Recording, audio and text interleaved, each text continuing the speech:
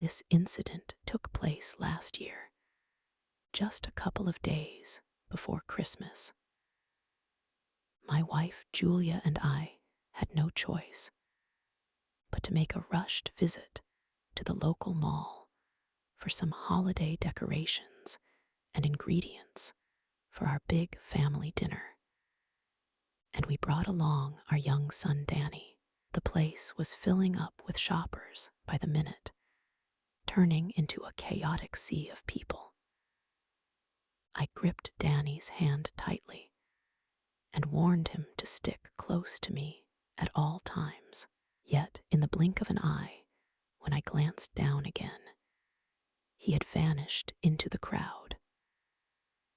Panic surged through us as we dashed from shop to shop, yelling his name at the top of our lungs. A cold knot of fear twisted in my stomach. Julia burst into tears, her face drained of color. We were in the middle of explaining the situation to the mall's security team, begging for their assistance in locating Danny, when a chilling announcement echoed over the loudspeakers from their control room. Attention all shoppers. We regret to inform you that one of our security officers has been discovered deceased in the men's restroom. Please stay composed and remain within the premises. Out of nowhere, one of the guards pulled up surveillance video on a monitor, revealing footage of what appeared to be another security officer guiding Danny by the hand down a restricted corridor toward the rear of the building. That's him, that's our boy, I exclaimed. Get in touch with that guard right away. But as I studied the security guy's reaction, his complexion went ashen. He stammered that the individual in the video wasn't part of their staff at all. In fact, the uniform matched exactly the one worn by the officer who'd just been found dead in the bathroom. Julia collapsed to the ground in sobs, overwhelmed by the horror. Images of Danny's vulnerable, trusting expression haunted me. The police are en route, sir. They'll arrive any second, the guard assured me. But I couldn't stand idle. I bolted toward the back areas. Sir, hold on. He could be armed and dangerous. They shouted after me. None of that mattered. My only thought was rescuing Danny. I shoved open the employee's only door and entered a dim, stark concrete passageway. Overhead, lights dangled sporadically, many flickering or burned out, casting erratic shadows that danced with my every step. I sprinted by cluttered storerooms stacked with crates, and that's when I caught the sound of Danny's terrified cries. Daddy, Daddy. I zeroed in on his voice and slammed through another door into a vast warehouse space. There he was. The imposter had hoisted Danny up off the floor, one arm clamped vice-like around his torso, the other brandishing a sharp knife aimed at his throat. Danny's tiny legs flailed feebly in the air, his cheeks flushed crimson from endless tears. Back off right now, the man snarled menacingly. Release him, I managed to choke out, my voice trembling. He's just a little boy, only 6 years old. Whatever this is, please don't involve him. The man sneered. I couldn't care less. This kid is my ticket out of here, keeps the authorities off my back without any hassle.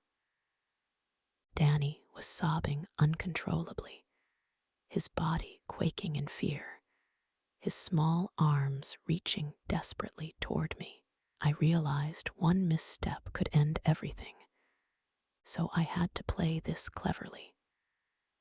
I lifted my hands in surrender and said steadily, "Okay, listen, you're trying to escape this place, aren't you? I'll assist you. Just put him down and take me as your hostage instead. I swear I'll go along with whatever you say."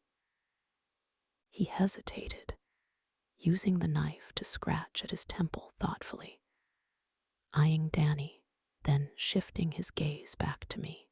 "Is this some kind of ploy? Because if it is, I'll end this right here with a bullet." "No tricks," I insisted. "Switch us out. Let the boy go. The police are closing in. You need to act fast."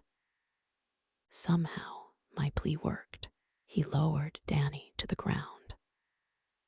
My son toddled over to me on unsteady legs, and I enveloped him in a tight embrace. He was still weeping, convinced the danger lingered. I soothed him gently, whispering that he should hurry back to his mother and that I'd be okay soon. But at that very moment, the thunder of approaching footsteps filled the air. The man lunged at me, wrapping his arm around my throat and pressing the blade against my temple. Officers exploded into the room. Danny lingered nearby, wailing for me. One cop scooped him up protectively, while the others demanded the man surrender me. But he barked threats, vowing that any interference would cost me my life. I urged the police to prioritize getting Danny to safety, insisting I could handle myself. As we emerged back into the main mall area, a hushed crowd gawked at us with wide-eyed tension and dread. The officers attempted negotiations, but this guy, turns out, he was an escaped prisoner, brushed off every tactic they threw at him.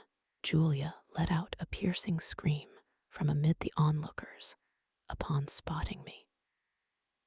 It eased my mind a bit to see Danny safely reunited with her. Yet I knew the swap had shattered her world. She'd regained our son only to risk losing her husband. It felt like one nightmare morphing into another. The fugitive ordered me toward the exit, warning against any stupid moves. One slip up, and I'll put a hole in his skull. I complied, inching forward deliberately. The cops trained their weapons on him, but with my life on the line, they held fire. We neared the elevator when my eyes caught a large metallic Christmas star suspended from the ceiling inside it. A plan sparked in my brain. He smacked the back of my head with the knife's handle and growled, "Move it. You're my insurance policy. Got it."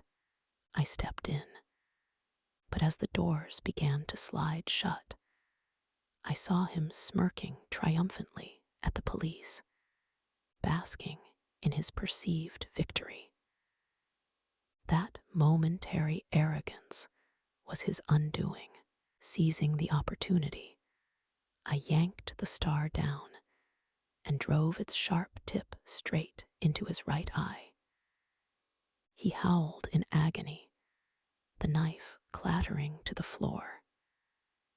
The officers rushed in, tackling him to the ground in an instant. The whole ordeal unfolded so swiftly that a stunned silence blanketed the scene for what felt like ages. At last, I was back with with my loved ones. Danny raced into my arms, clutching me fiercely while mumbling apologies through his sniffles. "I'm so sorry, Dad. I never should have wandered off." "Hush now," I replied softly. "You're okay, that's what counts most." "Did it scare you?" he asked, his voice small. "Absolutely terrified," I admitted. "But for you, I'd sacrifice everything without a second thought. Will you keep me safe forever?" "Forever and always. That's my promise." On that fateful day, I could have spun tales for Danny about being fearless or some invincible hero, but in my view, honesty is key with children. Let them see that moms and dads are just people, capable of errors like anyone else. It builds a foundation of true respect for the choices we make as parents. Last Christmas Eve was the worst decision I ever made. I was a sophomore in college up in Vermont, and at the very last minute, I decided to drive home to Ohio to surprise my family. A massive blizzard was already hammering the Northeast, but I figured if I left right after my last exam, I could beat the worst of it. I was dead wrong. About 30 minutes onto Highway 9, the snow turned into a complete whiteout. Visibility dropped to zero. My wipers couldn't keep up. And then my old Civic just died. No heat, no lights, no cell service, nothing.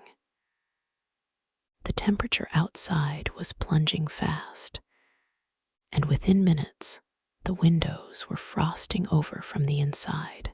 I sat there bundled in every layer I had, watching snow pile up on the hood, praying for even one bar on my phone. That's when I saw headlights behind me, cutting through the storm like knives. An ancient Ford pickup rolled up, absolutely covered in blinking, multicolored Christmas lights. There was a glowing plastic Santa on the dash, a wreath zip-tied to the grille, and strings of icicle lights dangling from the mirrors. It looked like a parade float that had lost its mind. The driver leaned across the seat and rolled down the passenger window. He was wearing a full Grinch costume, green fur, red jacket, the whole thing, and a Santa hat pulled low over the mask. His voice came out muffled but cheerful. "Need a lift, kid? Can't leave somebody freezing on Christmas." I was so cold and desperate, I didn't think twice. I grabbed my backpack, locked the car, and climbed in. The cab smelled like cheap pine air freshener, mixed with something sharp and metallic I couldn't place. Candy canes were duct taped all over the dash. The radio was playing a warped cassette of "You're a Mean One, Mr. Grinch" on repeat. We pulled back onto the highway. For the first couple minutes, he didn't say much, just hummed along with the song. Then, out of nowhere, "You know what I can't stand about Christmas?" I laughed nervously. No, what?" "All that phony happiness, families acting like they love each other, kids screaming for garbage toys that'll be landfill by New Year's." He turned his head toward me. Even through the mesh mouth of the mask, I could feel the smile. I tried to play it off. Guess that's why you went full Grinch, huh? He chuckled, low and slow. Exactly. The turnoff for the nearest town came and went. My stomach dropped. Hey man, you just missed the exit. Nah, he said, still staring straight ahead. We're going home. You're my Christmas guest this year. The Grinch doesn't like eating alone anymore. My mouth went dry. My parents are expecting me. Let them wait. He cut me off. Where were they when you were freezing on the side of the road, huh? He reached over and popped open the glove box.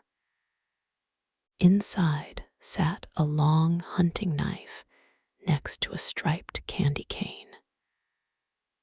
The blade was dark and sticky looking. He tapped it with a gloved finger. Got to carve the roast just right, he said almost to himself. Takes patience, knowing exactly where to cut. We were slowing down now, turning onto an unplowed service road that disappeared into thick pines. No houses, no lights, just endless trees and snow. I didn't wait for him to stop. I jerked the door handle, threw my shoulder into it, and tumbled out into the storm. I hit the pavement hard, shoulder, ribs. Everything exploded in pain. But I scrambled up and ran for the tree line. Behind me, the truck's brake lights flared red. Then the engine roared. He was backing up. I crashed into the woods. Branches whipped my face. Snow up to my knees. Lungs burning from the ice-cold air. I could hear him laughing over the engine as the truck left the road and started plowing straight through the trees after me. The Christmas lights blinked insanely between the trunks. Red, green, blue, white, like some demonic parade. I cut left. The truck tried to follow, clipped a pine, kept coming. I could see the grill getting closer, hear the tires spinning for traction. 10 feet, 5 feet. My boot snagged a root buried under the snow, and I went down hard, face first into a drift. I rolled over just as the bumper rushed at me. 3 feet away, the truck suddenly locked up. Sirens screamed out of nowhere. Red and blue lights strobed through the trees. A state trooper's SUV burst into view behind the pickup. The Grinch slammed it into reverse, fishtailed, and floored it back toward the road. As he passed me, he stuck his head out the window, the Santa hat flapping in the wind. Merry Christmas, kid. Enjoy it while you still can. Then he was gone, swallowed by the blizzard. The troopers found me half buried and shaking.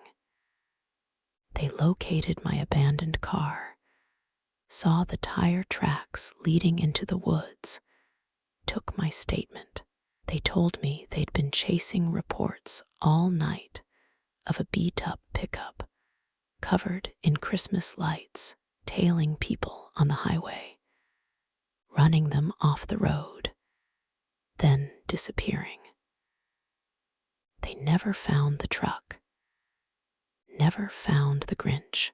No plates, no footprints that led anywhere, nothing.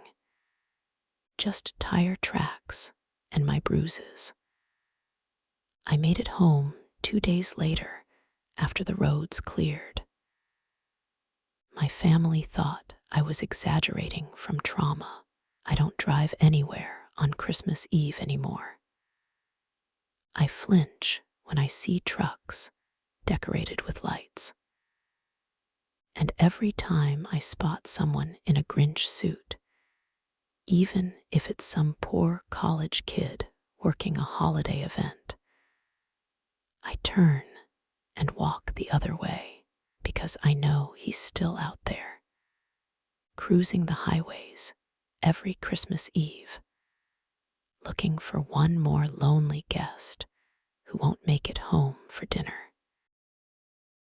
I got my nursing license at 26 after growing up in and out of foster homes. When I landed a job at Meadowbrook Senior, living in upstate New York, it felt like the first place I actually belonged. Most of the residents reminded me of the grandparents I never had. Sweet, lonely, grateful for any kindness. I swore I'd be the person who never let them feel forgotten. Then there was Bob. Bob was 68, quiet, kept to himself. His chart carried the usual warning: history of occasional psychotic episodes. But in the 6 months I'd cared for him, he'd never been anything but polite. He'd just sit by the window in the common room, staring out at the snow like he was waiting for someone who never showed. Christmas Eve rolled around, and Marion, our activities director, threw the annual party. Families had mailed gifts weeks earlier, and we were all gathered in the big circle passing out packages, while Bing Crosby crooned White Christmas over the speakers. The room smelled like cinnamon cookies and pine. Everyone was smiling. Mrs. Patterson got a hand-knit scarf from her daughter. Mr. Rodriguez opened fuzzy slippers. Rena, who had dementia, got children's books and a giant Hershey bar and clapped like she was 5. One by one, every resident lit up. Then Marion handed Bob a small box wrapped in shiny red paper with a perfect gold bow. His hands shook when he took it. He turned it over a few times, like he already knew what was inside and wished he didn't. Slowly he peeled the tape, lifted the lid, and froze. Inside was a thick, black leather belt, expensive looking, the kind with a heavy brass buckle. For 3 full seconds the room was silent. Then Bob screamed a raw animal sound I'll never unhear, and flung the box across the circle. The belt landed with a slap on the carpet. Before anyone could move, he lunged at Jenny, the youngest aide on shift. He shoved her to the floor, knees pinning her chest, hands clamping around her throat. He was roaring something none of us could understand. It took 3 orderlies and me to drag him off. Jenny had purple fingerprints blooming on her neck for days. They sedated him and locked him in his room. Party over. Lights off. Everyone shaken to the bone. I couldn't sleep that night. Something about the terror in Bob's eyes when he saw that belt wouldn't leave me alone. Around 2 a.m., I heard crying from the east wing, deep, broken sobs that didn't sound human. I followed the sound to the supply closet and found Bob curled in the corner, rocking, tears soaking the collar of his pajamas. "Margaret," he kept whispering. "Margaret, I'm sorry." I crouched a safe distance away. "Bob, it's Ruthie. Talk to me." He looked up, eyes red and hollow. "He won't let me forget, Ruthie. He promised I'd never forget." "Who, Bob?" "My son, Carl." I sat on the cold tile. "Tell me."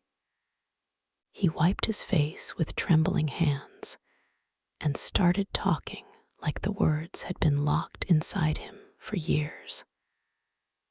"Margaret, his wife, died of a heart attack 3 years ago. She was the only softness in his life. Their son Carl had been trouble since middle school. Drugs, stealing, drunk by 15. Margaret always defended him. "He'll grow out of it, Bobby. He just needs love." After she was gone, there was no one left to make excuses. Carl bled Bob dry, emptied the savings account. When Bob tried to say no, Carl started coming over at night, drunk or high, dragging his father out of bed. He'd beat him with that exact same belt, the one in the Christmas box, screaming that Bob was a worthless father, that he should have died instead of Mom, that old men don't deserve to breathe her air. Bob called the cops once. Carl just laughed, told them his dad was senile, off his meds again. The officers left. Carl knew exactly how hard to hit, so the bruises faded before anyone noticed. Every Christmas since Margaret died, Carl mails the belt. Same wrapping, same bow. A reminder that Bob is still alive, still suffering, and still completely under his control. He got my doctor to write "psychotic episodes" in the file, Bob whispered. "Got half the old staff here thinking I'm crazy. By the time I'm really gone, nobody will question a thing." I went straight to the nurse's station, found the belt Marion had locked in evidence, and called the police myself. They came, took photos, took statements, bagged the belt. Carl showed up the next morning in a three-piece suit and a smile that didn't reach his eyes. Calm, polished, concerned son checking on his confused father. He had medical records, affidavits from neighbors, even a note from Bob's physician about escalating delusions. Administration folded like a cheap lawn chair. I was written up for encouraging resident fantasies and breaching protocol. 2 weeks later, I was gone. I still drive past Meadowbrook sometimes. I see Bob in that same window, staring at the snow. I wonder if another red box showed up this Christmas. I wonder how many belts he's opened alone in his room while the staff calls him confused and looks the other way. Some monsters don't hide under beds or wear Grinch masks. Some wear Armani suits, bring Starbucks for the nurses, and know exactly which laws will protect them while they torture an old man one holiday at a time. I never did get another job in elder care. Couldn't stomach it after Bob. Every Christmas Eve, I think about him sitting in that corner, whispering his dead wife's name, trapped by the son she spent her whole life protecting. And I hope, wherever he is tonight, someone finally believes him. It began as a light-hearted chat with a colleague at work. We were chatting about bizarre hidden spots online, the sort of shadowy areas you're warned against exploring. He brought up this website that mimicked a matchmaking service, but was tucked away on the dark net, catering to folks with unusual preferences. Later that evening, back at my place, I fired up Tor and entered the URL he'd shared. I wasn't seeking romance. Curiosity just drove me to verify if such a thing was real. The page was simple: dark backdrop, light text, 0 promotions, no discussion areas, only user pages. The accounts seemed authentic, with entries that were intensely intimate and oddly genuine, not robotic at all. I browsed casually until one caught my eye sharply. The username was Vera Sheds. Her picture was fuzzy, as if captured on an ancient camera. Her description read, "Enthusiast of change, gatherer of hides, serpents guide me."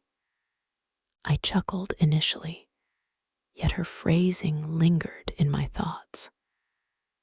What surprised me most was her ordinariness. Sure, she hailed from that murky corner of the web with eccentric inclinations, but otherwise, she came across as relaxed. Snakes fascinated her deeply. When I inquired about her fixation, she explained she respected their ability to rejuvenate by discarding outdated exteriors for fresh purity. I remarked it seemed artistic. Her response, not art, essential. It didn't strike me as odd. She simply had strong passions. Our conversations spanned several days. She shared a snapshot to prove her authenticity. Her manner of speaking was captivating, almost entrancing. When she suggested meeting face to face, I paused. She was straightforward. "I desire an in-person encounter." Despite my reservations, I agreed. Her next note was brief: "I'll arrive this evening." Time passed sluggishly. I tidied my home without a clear reason, glancing repeatedly at windows, corridors, and my device. Near midnight, a single deliberate rap sounded. I cracked the entrance partially. There she stood, as tall as me, draped in a lengthy ebony overcoat despite mild weather. Her locks were sleek and shadowy, but her visage felt off. The epidermis on her face appeared stretched, glossy in spots, textured elsewhere, resembling poor recovery from injury or procedure. Her mouth barely shifted during speech.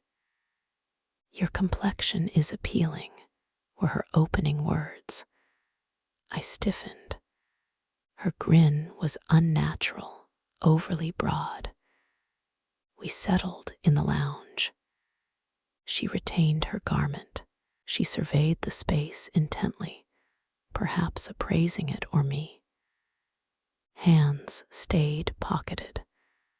Her gaze tracked my every minor gesture. "Do you reside solo?" "Yes," she nodded approvingly. Leaning nearer, an odd odor wafted chemical, akin to rubber or adhesive, not scent or perspiration. Her tones softened to a murmur. I admire your throat, gentle contours. I chortled uneasily to lighten the mood. No reciprocation. She gazed until I averted eyes. Subsequent utterances carried weight, each term selected meticulously. Ever ponder the beneath of your dermis? Not particularly. You ought to. Folks overlook their loveliest aspect, the concealed stratum. Her demeanor shifted to eerie serenity. I attempted redirecting talk, but she ignored. She eyed my limbs like a meat cutter planning incisions, suggesting it was tardy and she depart. She merely grinned. You welcomed me. Thus, I remained till completion. Silence enveloped us briefly. Television droned a silly program, illumination dancing on her features. Then I noticed dermal borders mismatched subtly. Near mandible, a subtle join nearly unseen without scrutiny, like ill-fitted makeup adhered tautly. Nausea surged. I rose. Time to leave. Immobile, she cocked her head, aware of serpents molting outdated hides. They rupture it segment by segment. From her attire, she extracted not a blade, but a slim shaver, gleaming metallically. She arose deliberately, expression vacant, unemotional, retreating to the cooking area, mind racing for defenses. Pulse thundered blindingly. She pursued unhurriedly, trailing the tool over her limb. Epidermis flaked mildly, exposing rosy, moist underlayer. Grinning, painless, lovely, merely desire it. Her advance caused my stumble via furniture. The edge grazed my upper arm shallowly, eliciting a yell. She bent, dabbed the crimson fluid, eyeing it reverently. Your hue compliments me. Clutching the injury, I fled to the passage. She trailed leisurely, footwear tapping gently. Glances rearward showed her nearing, composed, beaming. Reaching the washroom, I barricaded inside, compressing the laceration. It stung, respiration audible externally. Gentle tap. Avoid concealment. No intent to injure. Simply to don you. Barrier shook. Murmurs in incomprehensible tongue ensued. Retreating tremulously, scanning for weapons. Scissors were nearest. Portal fractured, timber cracking. She forced a breach, countenance semi-revealed. Illumination highlighted discrepancies, varied shades, marks, consistencies. Mismatched entirely. Left side masculine, coarser ocular regions silkier, juvenile. Barrier exploded, I thrust the blades. They pierced her visage. Her outcry was furious, not agonized. Reeling, grasping the sight, a tear resembled a facade. Flap dangled, bearing crude tissue. She averted, compressing as if dreading exposure. No delay, I escaped. Entry remained ajar from arrival. Dashed outward, wounded, shoeless, paused in corridor. She framed in threshold, cradling features, quivering. Tone infantile. Avoid gazing, dare not gaze. She hunkered, shielding cranium, babbling. Descended steps, emerged onto vacant avenue. No vehicles, no souls, solely my gasps. Persisted fleeing to nearby shop. Attendant gawked, astonished. Instructed police contact. Upon arrival at residence, she lingered positioned, wailing hysterically, imploring officers avert sight, required sutures for arm. Physician noted blade pristine, surgical quality. Expertise evident, not debut. Despite detention, no admissions, zero connections. Incarceration brief. Lingering ache in scar. Certainty, reunion imminent. I work night shift security at a warehouse just outside Detroit. Dead hours, empty parking lot, nothing but the hum of the gate motor and the taste of burnt coffee. Nobody comes around, just me, the silence, and my phone. One night, the guy I share the shift with, Rob, leans over and mutters, "You ever get bored enough to want something real bad?" He wouldn't look at me when he said it, just stared straight ahead like he was reading something off the darkness. Then he gave me a code, BRL-197. No link, no name, just those 6 characters. Deep web, he said. You'll know it when you see it. Boredom won. I went home at 6 a.m., showered, slept 3 hours, woke up, and opened Tor. Dead links, trash forums, the usual fake Red Room scams. I was about to shut everything down when I found it. No title, no thumbnail. Just a single live feed labeled BRL-197. The camera showed a rusted metal door set into a concrete wall. Something dark and wet had leaked out from underneath and dried in streaks. The stream never buffered. It was crisp, too crisp, like it was being recorded in 4000 and pushed straight to hell. Nothing moved. Just that door. I left the tab open and stared for maybe 20 minutes. Nothing happened, but I swear I felt watched. Like whoever was on the other side knew exactly where my eyes were. 2 nights later, I went back. Same stream, same angle. Only now there was a fresh handprint on the door. Wet, red, still dripping. I watched longer this time.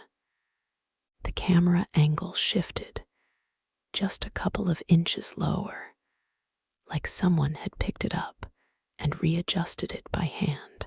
No sound, no chat, no jump scares. Just the quiet feeling that the hallway behind that door had gotten deeper.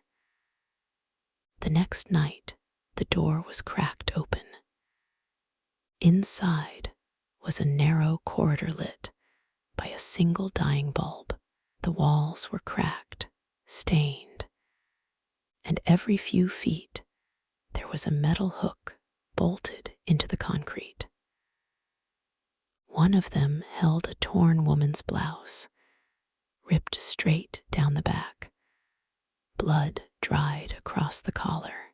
Still no audio except a faint, repeating drag, like something heavy being pulled across the floor very, very slowly. Every night, the camera crept a little farther down the hallway.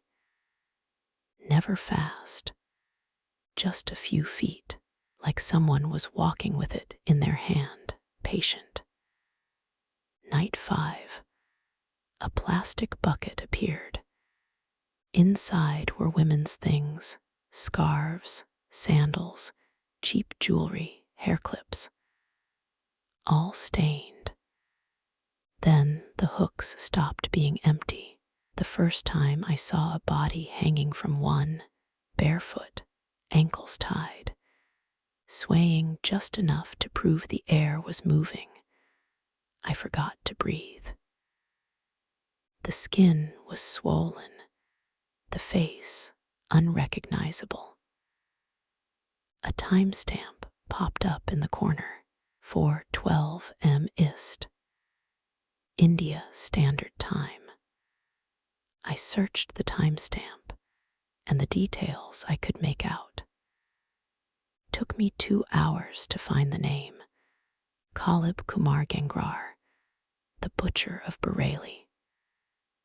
9 women strangled with their own clothes in sugarcane fields outside Bareilly, Uttar Pradesh, arrested in mid-Minus 2024. Case closed, except the stream was live. A week later, the shelf appeared on the left wall. Lipstick tubes lined up like bullets. I still remember the 4th one from the left, deep red, cap chewed like someone had bitten into it in rage. 3 nights after that, the newest body on the hook had that exact shade smeared across what was left of its mouth. Then one night, the feed showed a different room. Cement walls, no windows. A woman tied to a metal chair, wrists bound with a torn dupatta, mouth gagged with another scarf. She was alive, breathing fast, eyes darting to something behind the camera. Heavy boots started walking. Slow, measured steps. The woman started shaking. The hand that came into frame was scarred, knuckles cracked, fingernails black with old blood. It rested on her shoulder like it owned her. Then the other hand lifted a strip of cloth twisted into a noose and held it up to the lens as if showing off. Static. Feed cut. Next night, the chair was empty. The restraints were cut, fresh drag marks across the floor. A plastic bag on the table held a braided scalp, hair still tied with a red ribbon. The camera never stayed still anymore. Someone was carrying it. 3 nights later, I got an email. No subject, no sender I recognized.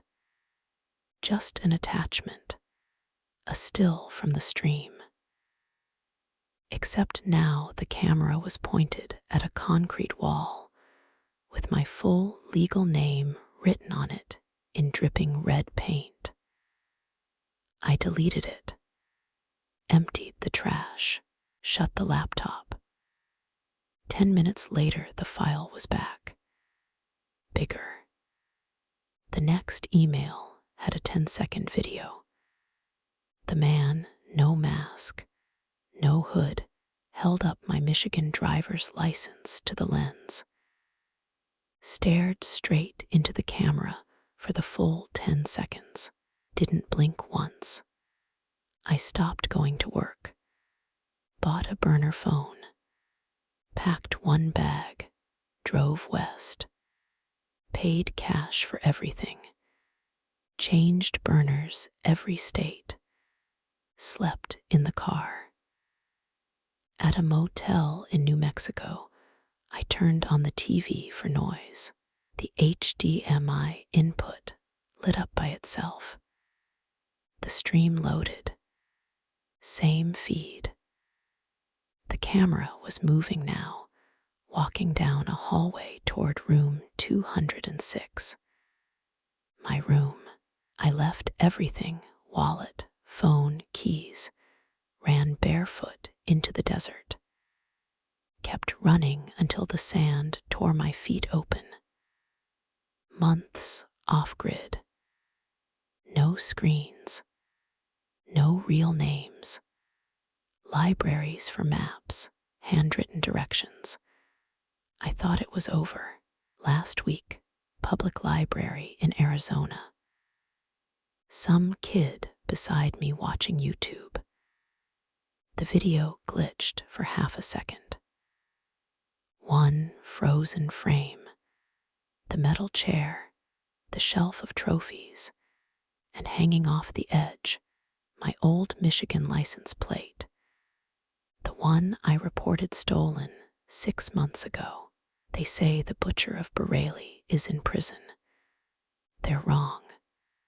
The stream never stopped. Someone else is carrying the camera now. Or maybe he was never caught at all. You don't find BR L-197. It finds you, and once it knows you're watching, it starts walking. I never should have bought that laptop on the dark web. It was 3 a.m., the usual sleepless spiral. I was deep in the markets, flipping through listings for cracked software, burner accounts, anything to kill time. Then I saw it, an old ThinkPad, black chassis, scuffed corners, listed for almost nothing. Perfect condition, minimal wear, previous owner no longer needs it.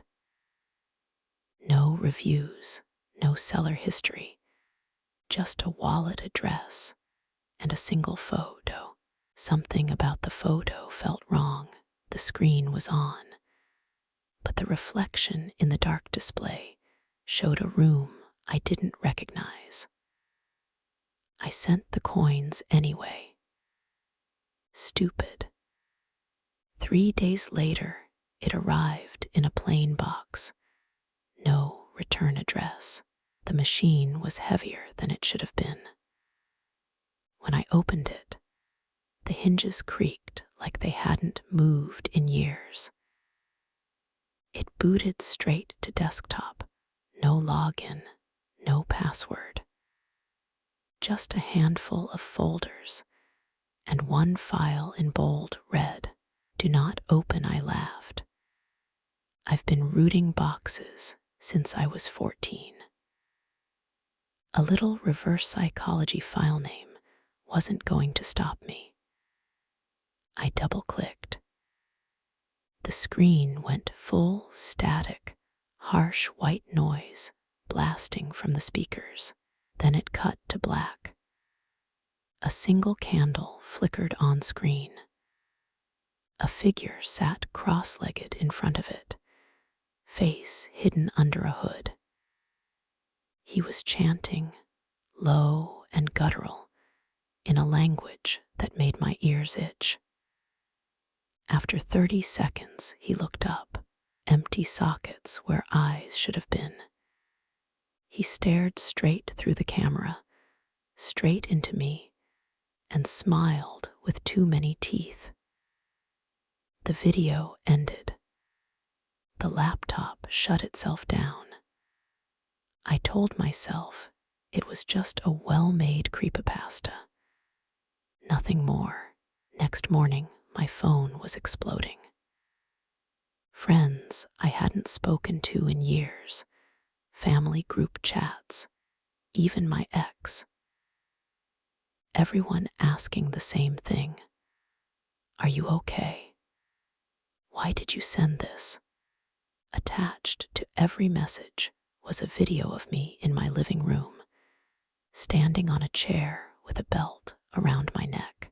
The timestamp was 2:14 a.m., exactly when I'd been asleep.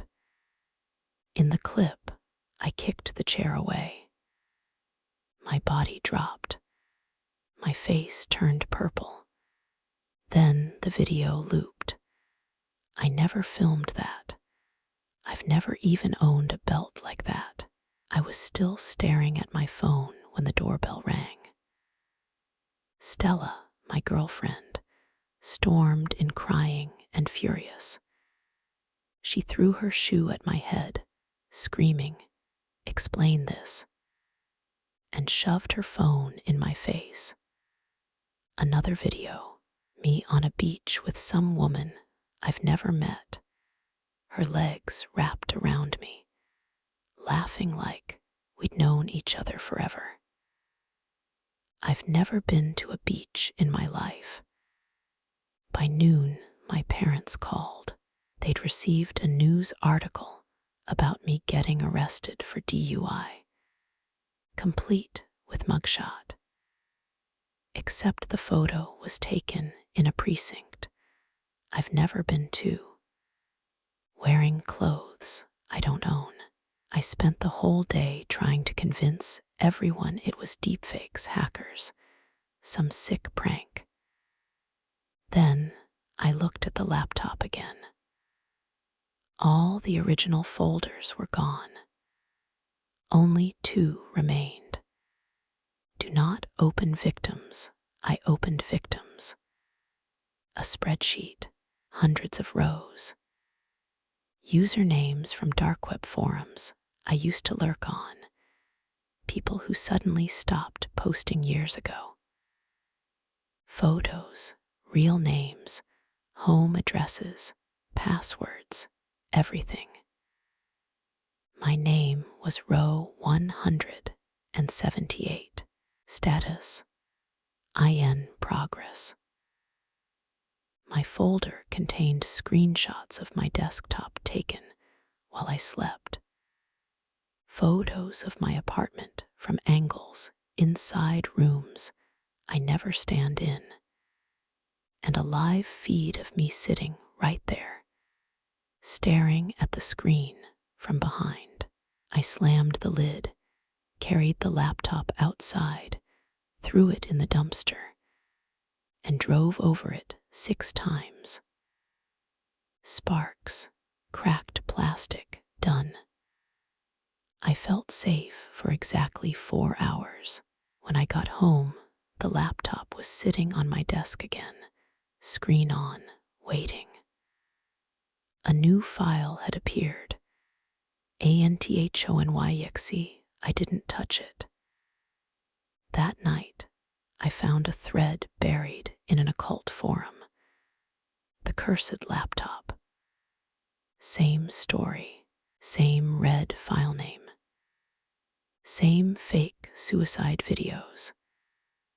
The last guy who owned it wrote a single line before his account went dead.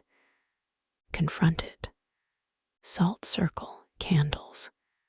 Make it show itself. I bought salt, black candles, everything the post said, drew the circle in my living room at midnight. Lit the candles.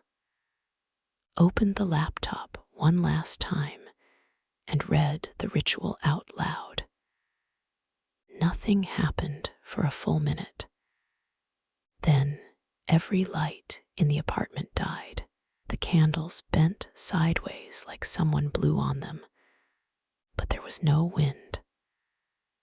The laptop screen flared white.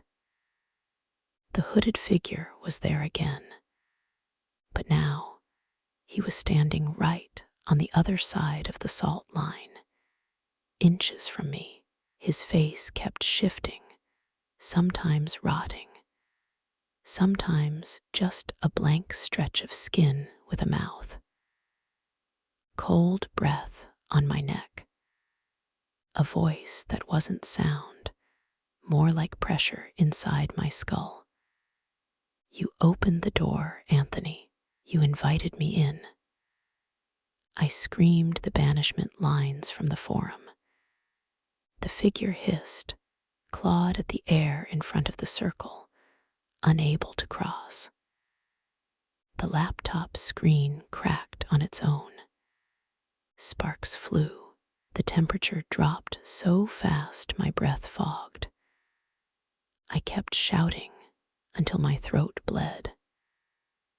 The figure shrieked, a sound like dial-up mixed with tearing metal, then collapsed into static.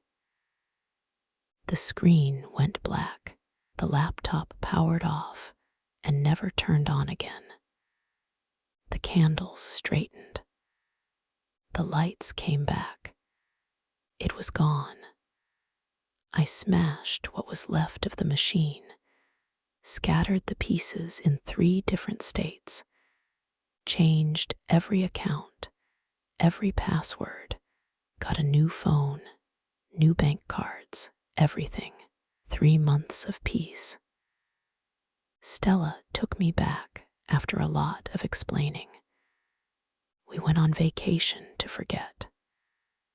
Last week, on the hotel TV, a notification popped up by itself, a single folder transferred over AirPlay from a device named ANTHONYPC. Inside was one file. "Do not open. I didn't touch it."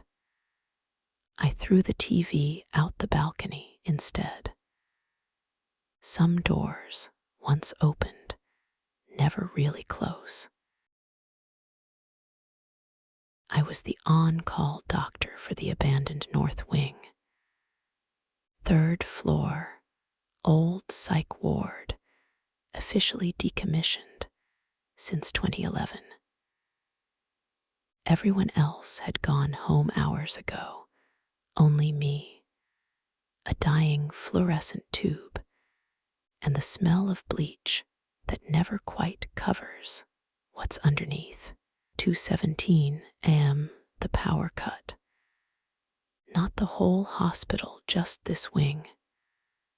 Lights dead, vending machine silent, heater off. My laptop screen went black and never came back. Phone, no signal, no Wi-Fi, nothing. The emergency exit signs didn't even glow. I stepped into the hallway to check the breaker. That's when I heard them. Footsteps, multiple sets, moving together, no flashlights, no voices. They weren't looking for the breaker. They were looking for me. I slipped back into my office and locked the door. Heart slamming so hard I could taste metal. Through the frosted glass, I saw 3 silhouettes pass, tall, dressed in black, moving like they'd walked this corridor 100 times. They started trying doors. One by one, methodical, kick, hinge cracks. Next room, kick, next. My turn came. The handle rattled once, polite. Then a boot hit the center of the door so hard the frame flexed. I shoved the desk against it, slid underneath, and tried to disappear. Boots stepped inside. Slow, patient. One of them crouched. I saw his eyes through the gap under the desk. Calm, almost bored. He smiled like he'd already won. I exploded out, rammed the desk into him, and ran. The chase was pure animal panic. Hallways I'd walked 1,000 times suddenly looped wrong. Every door I tried was locked from the outside. Behind me, footsteps that never hurried, never fell behind. They knew the layout better than I did. I rounded a corner, and one was already waiting, blocking the way. I crashed into him, fought like hell, took a fist to the ribs that dropped me to my knees. Another grabbed my hair, yanked my head back, and I felt the cold kiss of a needle against my neck. I elbowed, twisted, bit anything to stay conscious. The plunger went down anyway. Ice flooded my veins. My legs turned to water. They dragged me back toward my office. I clawed at the walls, leaving bloody fingerprints. Vision tunneled. The last thing I remember is them forcing the window open, cold air hitting my face, and me thinking, second floor, snow on the ground, maybe I survived the fall. I woke up in a proper hospital bed, tubes in my arm, a colleague sitting beside me looking like he hadn't slept in days. He told me security found me half buried in a snowdrift, hypothermic, rambling about men in black. They pumped me full of antidotes for whatever cocktail was in that syringe. Tox screen came back with compounds they still can't identify. Police took my statement, promised extra patrols. Everyone called me the luckiest man alive. They have no idea. You see, I knew those 3 men. I'd hired them for years. I ran a very private service out of that abandoned wing. Terminal patients who wanted to disappear.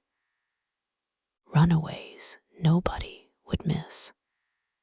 Sometimes healthy ones with no family. I'd stage the feeds, control the cameras, sell the tickets on the deep web. Real suffering, real endings, real money. Millions. Those attackers weren't random. They were white hat hackers who finally traced the streams back to me. They came to shut the operation down and drag me out in cuffs. I was 2 days from vanishing with the cash when they showed up. They failed. I jumped. They didn't follow. They couldn't risk being seen carrying an unconscious doctor out the front door. Now I'm the poor victim, the survivor. The police are hunting ghosts. The hospital gave me paid leave and a GoFundMe. My colleagues bring me soup. And tonight, when they all go home and the new wing quiets down, I'll open the burner laptop I keep taped under this bed. The stream is already live. New room, new chair, new client who paid in crypto and signed the waiver. The show goes on. You thought you were reading a survival story. Cute. Sweet dreams, watcher. I always need fresh talent. I was the on-call doctor for the abandoned North Wing of St. Jude's Memorial. 3rd floor, old psychiatric block, officially condemned since 2011. The rest of the hospital had gone to sleep hours ago. It was just me, one flickering fluorescent tube, the smell of old bleach and older blood, and the endless ticking of a wall clock that had never been right since they shut the place down. 2:17 a.m. everything died at once. Not the whole building, just this wing. Lights snapped off like someone threw a master switch.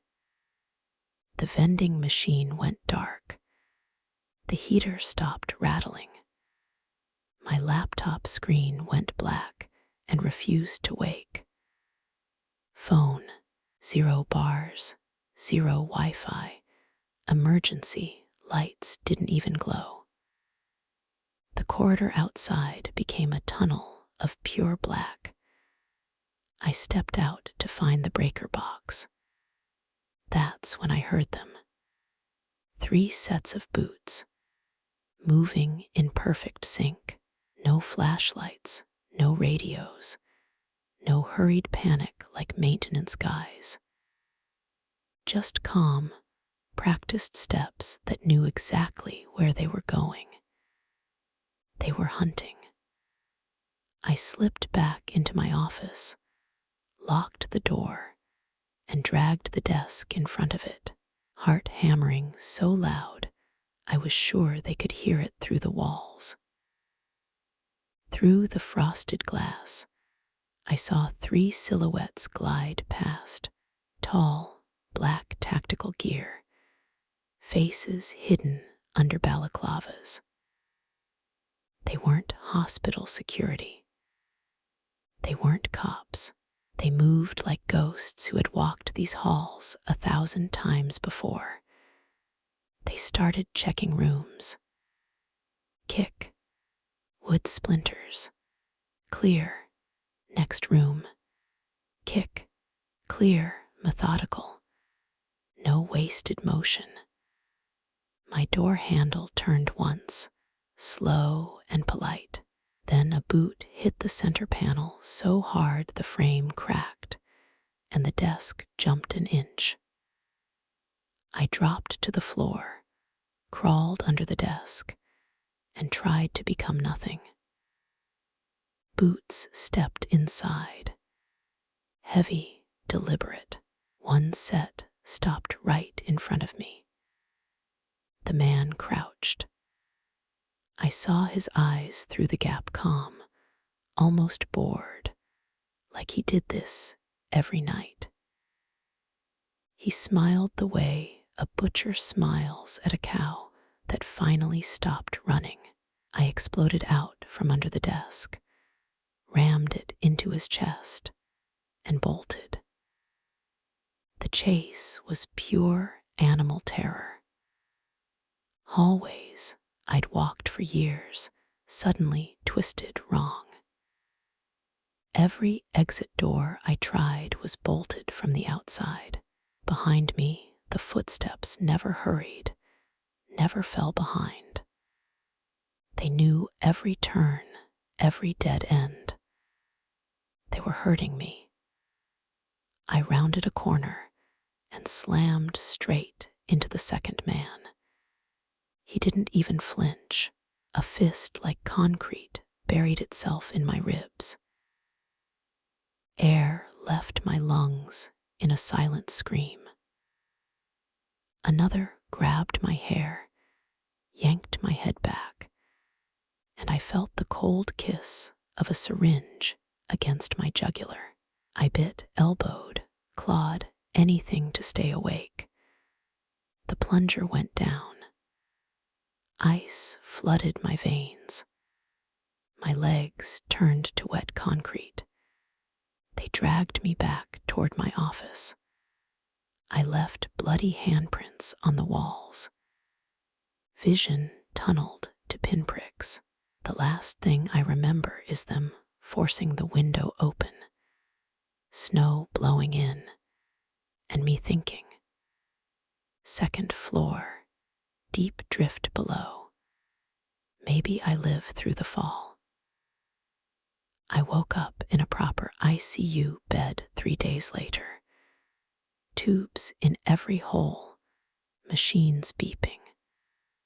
A colleague sitting beside me looking like he hadn't slept since the 90s. Security found me half buried in snow, hypothermic, babbling about men in black. Talk's screen came back with a cocktail of sedatives no lab could fully identify. Police took a statement. Hospital put me on paid leave and started a fundraiser. Everyone called me the luckiest doctor alive. They have no idea how wrong they are. You see, I knew those 3 men. I paid them. For 6 years, I ran a private service out of that condemned wing. Terminal patients who wanted to vanish. Runaways nobody would miss. Sometimes perfectly healthy people with no family and fat crypto wallets. I staged the rooms, controlled the cameras, sold access on the deepest markets.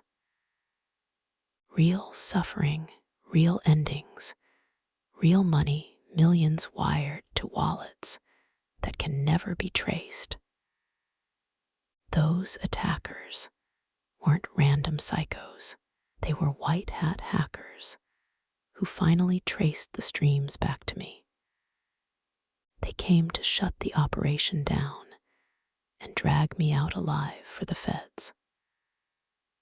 I was 48 hours from disappearing forever with every cent when they breached the wing.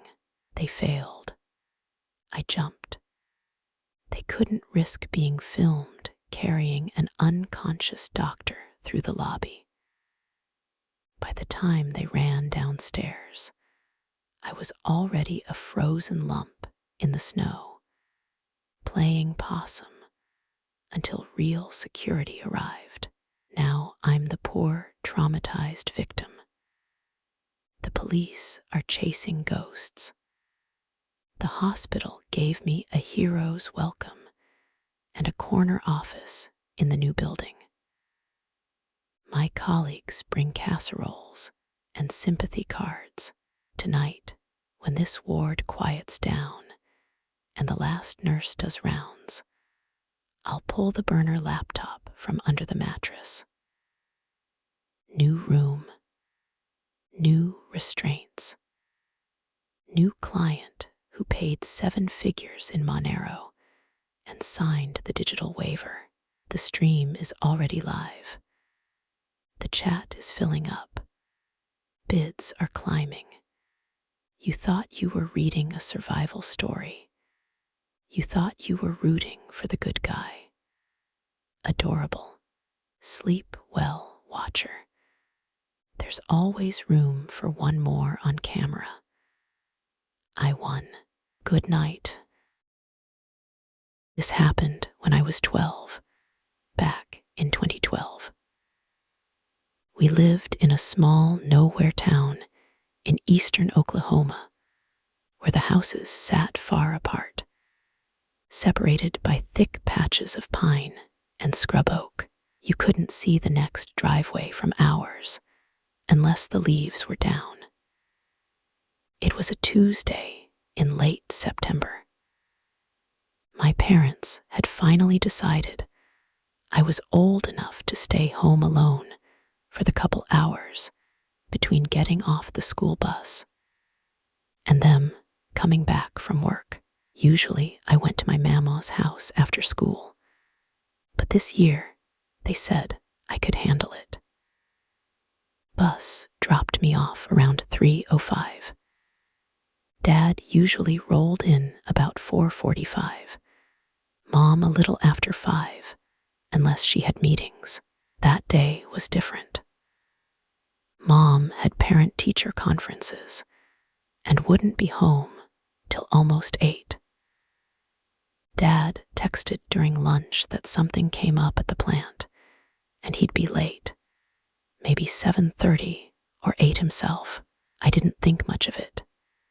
Sun was still high, sky clear, and I had the new Minecraft update to mess with.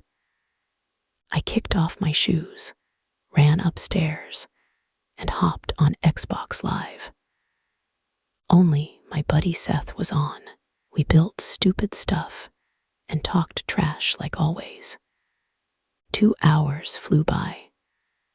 I remember it was 5:12 exactly, because I glanced at the corner of the TV when I heard the first sound. A car door. Loud, heavy, not the soft click of Mom's Camry or the diesel rattle of Dad's work truck. This was a solid, deliberate thunk from the driveway. Our house sits kind of high, so from my bedroom window, I can see straight down onto the gravel. I leaned over with the headset still on and looked. Red pickup. Old, faded, maybe early 2000s Chevy. Nobody we knew drove anything like that. The truck was parked sideways across the middle of the driveway, like the guy was blocking his own exit. The driver was already out and walking toward the front porch. Big guy. Dark ball cap pulled low. Oversized camo jacket, even though it was still 78 degrees outside. Jeans and work boots.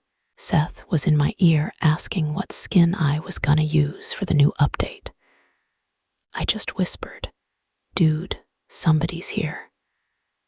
By the time I got to the window that faces the porch, he was already knocking. 2 hard knocks. Waited. 2 more. Then he turned and started walking back toward the truck. I let out a breath. Probably just somebody lost or selling something. Then he walked past his truck. He went straight to the side garage door, grabbed the handle, and rattled it hard. Locked, thank God. We forgot sometimes, but Mom had been paranoid about it lately. Seth's voice cracked in my headset. What the hell is he doing? The guy didn't even pause. He kept going, disappeared around the corner of the house, toward the back patio. I dropped the controller, yanked the headset off, and ran downstairs barefoot. I slid behind the half wall that separates the stairs from the living room, so I could hear, but not be seen. My heart was hammering so loud I was scared he'd hear it through the windows. I heard the back door handle jiggle. Once, twice, then a heavier sound, like he leaned his weight into it. A second later, something dropped onto the concrete patio. Not loud, but solid, like a brick or a rock. I peeked around the corner just enough to see through the blinds. He was crouched down, flipping the welcome mat, pushing the big ceramic planters to the side one by one. Looking for a key. We did have one. Mom kept a spare taped under the lip of the little flower box that hung off the railing, out of sight unless you knew exactly where to feel. He never found it. After maybe 30 seconds, he stood up, brushed his hands on his jeans, and walked back the way he came. I ran upstairs so fast I almost fell, threw the headset on. Seth, he just tried to break in. He was looking under the planters for a key. I got to the front window just as he opened the driver door of the red truck. He didn't get in right away. He stood there staring at the house for what felt like forever. Then I noticed what was in the bed of his truck: a shovel and a long crowbar. He finally climbed in, backed out slow, and left. I watched the dust cloud disappear down the road. I called Dad shaking, told him everything. He said stay upstairs, doors locked, don't open for anyone. He'd be home in 20 minutes and was calling the sheriff on the way. deputy showed up with Dad. I told him every detail I could remember. The truck, the camo jacket, the tools in the back. He wrote it all down, said he'd run the description, told us to change the hiding spot for the spare key, and think about getting cameras. Said stuff like this happens sometimes. Guys looking for empty houses to rob, probably scared off when nobody answered. That guy never came back. I thought that was the end of it. I was wrong. But that's another story. Last summer, right after I turned 17, my mom flew to Germany to visit my grandparents for 3 weeks. First time she'd left me completely alone in the house since I got my license. My older brother was already moved out to college, so it was just me, the dog, and a freezer full of corn dogs. 2 days after Mom left, my buddy Caleb came over. We were both off work and decided to be degenerates. He brought a stack of burnt PS2 games he'd scored from this sketchy guy behind the vape shop in town. 20 discs for $30, handwritten labels in Sharpie. One of them was labeled Silent Hill 2 Full Game in red marker. We were hyped. Originals cost way too much. We threw it in my brother's old fat PS2 that still had the flip-top mod. The disc spun. The screen went black for way too long. Then the DVD player menu popped up instead of the game. Just one folder called VIDS. We laughed, figured it was a bonus or something. Clicked the first file, grainy night footage. 2 college-age girls stumbling out of a bar, laughing, clearly drunk. Camera follows them from across the street for like 8 minutes as they walk home. No sound except wind and distant traffic. They go inside an apartment building, and the clip ends. Second file, same apartment door, different night. Close-up of a gloved hand using a tension wrench and pick. You hear the pins click. Door opens. Camera creeps inside, straight to a bedroom. One of the girls from the first video is passed out on top of the covers. The breathing behind the camera gets heavy, excited. A knife slides into frame, rests on her cheek, traces down to her throat. Hand pulls the blanket off her legs. Then it just cuts to black. Caleb and I sat there frozen. Third, fourth, fifth files, same pattern. Different women followed home, different locks picked, different bedrooms filmed while they slept. Sometimes the knife just hovered. Sometimes clothes got cut. Never any faces of the guy holding the camera. We were about to turn it off when the 10th file started. Same shaky night vision walk, but this time I recognized the street, our street. Same angle from the ditch across the road. The woman walking was wearing the exact navy dress and white cardigan my mom had worn to the airport 2 days earlier. Same suitcase with the broken wheel she always drags. The timestamp in the corner was the night she left. I felt my stomach drop through the floor. There were still 30 unused gigabytes on the disk. That meant there was room for whatever he filmed inside our house. I told Caleb we were leaving right now. We grabbed overnight bags, the dog, and the DVD, and went to his place 10 miles away. His parents were cool with it. I couldn't sleep. Kept checking the windows like someone was already outside. Next morning, we went back to grab more clothes. Front door was still locked. No broken windows. Nothing obviously wrong. I almost convinced myself I'd overreacted. Then I walked into my bedroom, above my bed, written in my mom's dark red lipstick, in huge capital letters. Both ladies in this house refused me entry. It hurts me so much I bleed. There were streaks running down the wall, like whoever wrote it had smeared it with their fingers. I called the cops from Caleb's phone. 2 deputies showed up, took one look, and basically laughed it off. Looks like lipstick, not blood. Probably one of your buddies messing with you. They left after 10 minutes. I wasn't taking chances.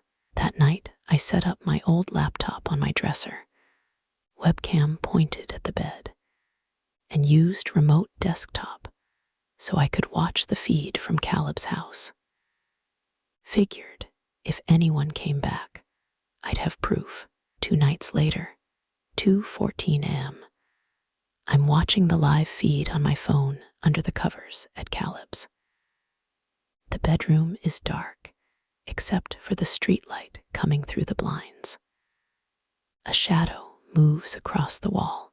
Then a little notification pops up on the laptop screen. USB storage device inserted. Someone is in the room right now, using my laptop. I mash the shutdown button on the remote session. Too late.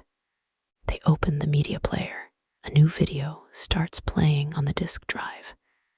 It's me, yesterday, carrying my duffel bag and the dog's food bowl up Caleb's driveway, filmed from the woods behind his house. The video minimizes.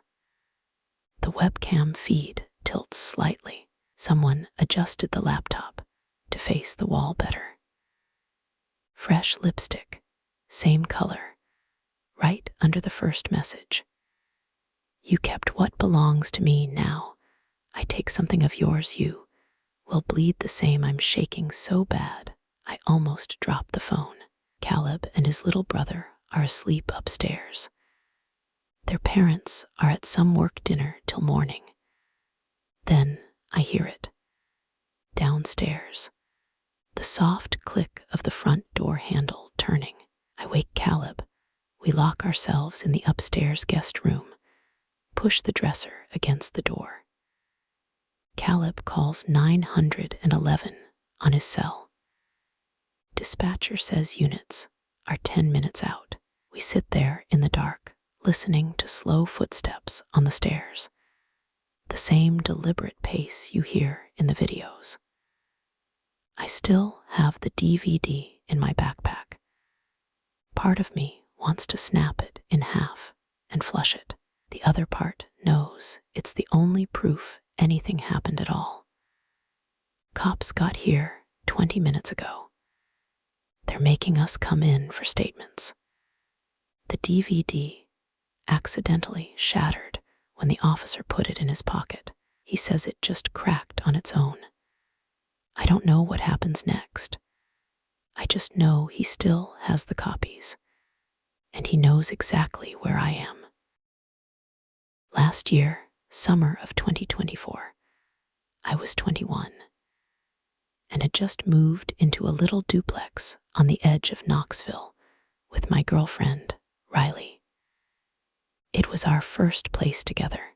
Cheap rent, quiet street, mostly older couples, and a few rentals full of UT students who were gone for the summer. We barely knew anyone. I had Fridays off from the shop, so on July 12, I was home alone, Riley pulling a double at the hospital.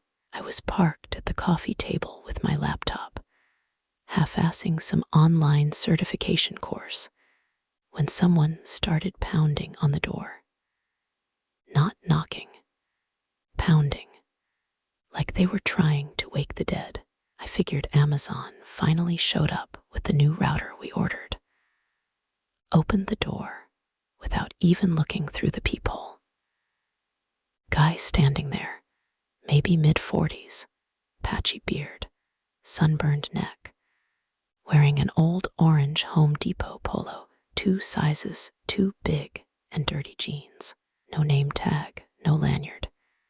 He's holding a plain brown box about the size of a shoebox. Package for Logan Reed. That's me. He shoves it into my hands, turns, and walks off. No truck, no van.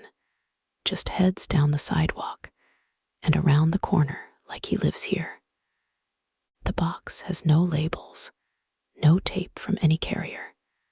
Just my name scrawled in thick black Sharpie. I take it to the kitchen, slice it open with a steak knife. Inside, wrapped in a single sheet of printer paper, is one fresh Polaroid. It's me, standing in the doorway, taken 2 seconds before I opened it. I dropped the knife, ran outside barefoot, looked both ways. Nothing. Just cicadas screaming in the trees and heat coming off the asphalt. Called Riley. She told me to lock everything and call the cops. I did. Officer showed up, glanced at the photo, shrugged. Kids with instant cameras do this crap all the time now. TikTok challenge or something. Took the picture for evidence and left. I tried to laugh it off. Put the empty box on the porch for trash pickup and triple-checked every lock. That night we slept with the lights on. 2:47 a.m., something thuds on the porch. Hard. I jump up, heart in my throat. Another thud. Then slow footsteps across the boards. I creep to the living room window and peel the blind back half an inch. Same guy. Different box. Bigger this time. Walking away down the street again. I call 911 before he even turns the corner. Cops come faster this time. He's gone, but the box is sitting right in front of the door. Officer opens it on the porch with gloves. 15, maybe 20 Polaroids spill out. All of our house. Different times of day. Some from the street, some from the backyard. We share with the empty duplex next door. A couple zoomed in on the kitchen window. The last one is pointed straight through the living room blinds at me, sitting on the couch from earlier, that afternoon, the same moment I was waiting for the first cop. The officer's whole attitude changes. He tells us to pack a bag and leave tonight. We stay at Riley's parents' for 4 days. While we're gone, they pull every ring clip in a 5-block radius. Nothing useful. But another neighbor 2 streets over had reported the same guy a week earlier. Fake pest control shirt, asking about rodent activity, taking pictures of backyards, then disappearing. They finally catch him 9 days later in a traffic stop. 46-year-old Raymond Holt lived in a storage unit park off Chapman Highway. Used to be maintenance for half the rental houses in our part of town before he got fired for losing keys. Still had a full ring of old master keys that apparently still worked on a bunch of the original locks, including ours. In his van, they found 42 cardboard boxes, each one labeled with a different address. Ours was near the top. Inside our box, the original Polaroid he handed me, plus about 60 more. The newest ones were taken inside our bedroom while we slept. Riley curled up on her side, mouth open. Me sprawled on my back, close enough that you can see the little scar on my shoulder. No damage to the doors or windows. He just let himself in, stood over us, and took the pictures. We moved out before the lease was even up.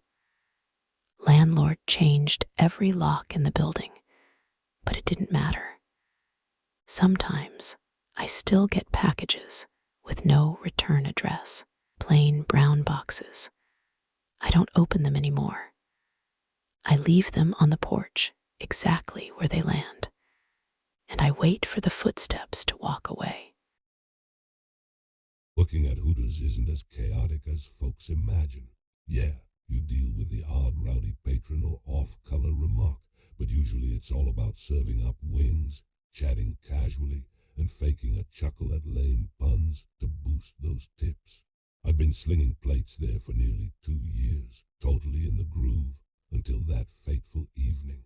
It was a slow Tuesday.